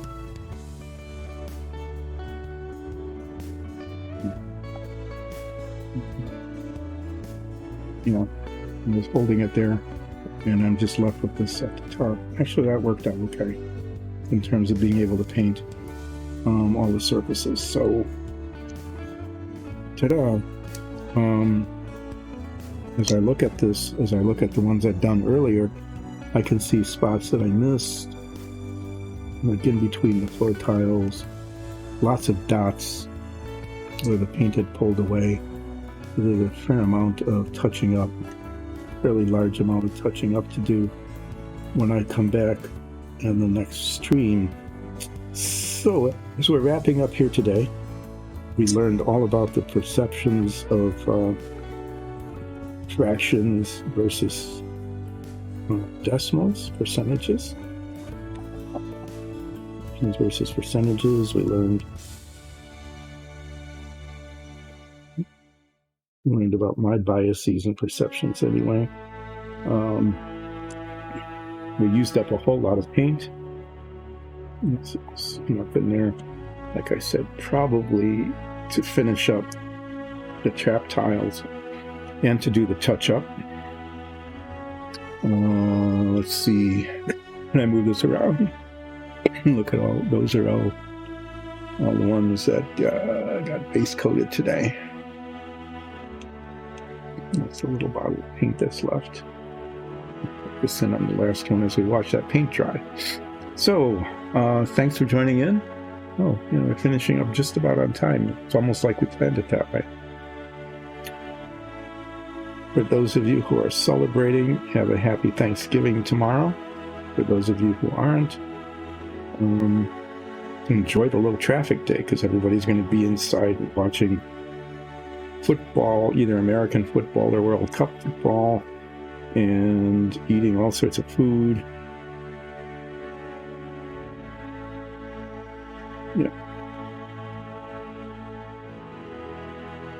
And then check with social media to find out if we're going to be streaming on Friday, because I really don't know yet. That's a travel day. A lot of people are moving around. A lot of people are sleeping in. For some people, it's actually a holiday because it's just the extended weekend. People you have Thursday off, so you might as well take Friday off and make it a 4-day weekend. So that happens. So check social media. My guess is that we will probably not be streaming on Friday, but I don't know for sure. Anyway, or you can just check in at 10 on Friday morning if you're up and about, and check to see if this stream starting soon thing pops on sometime around then.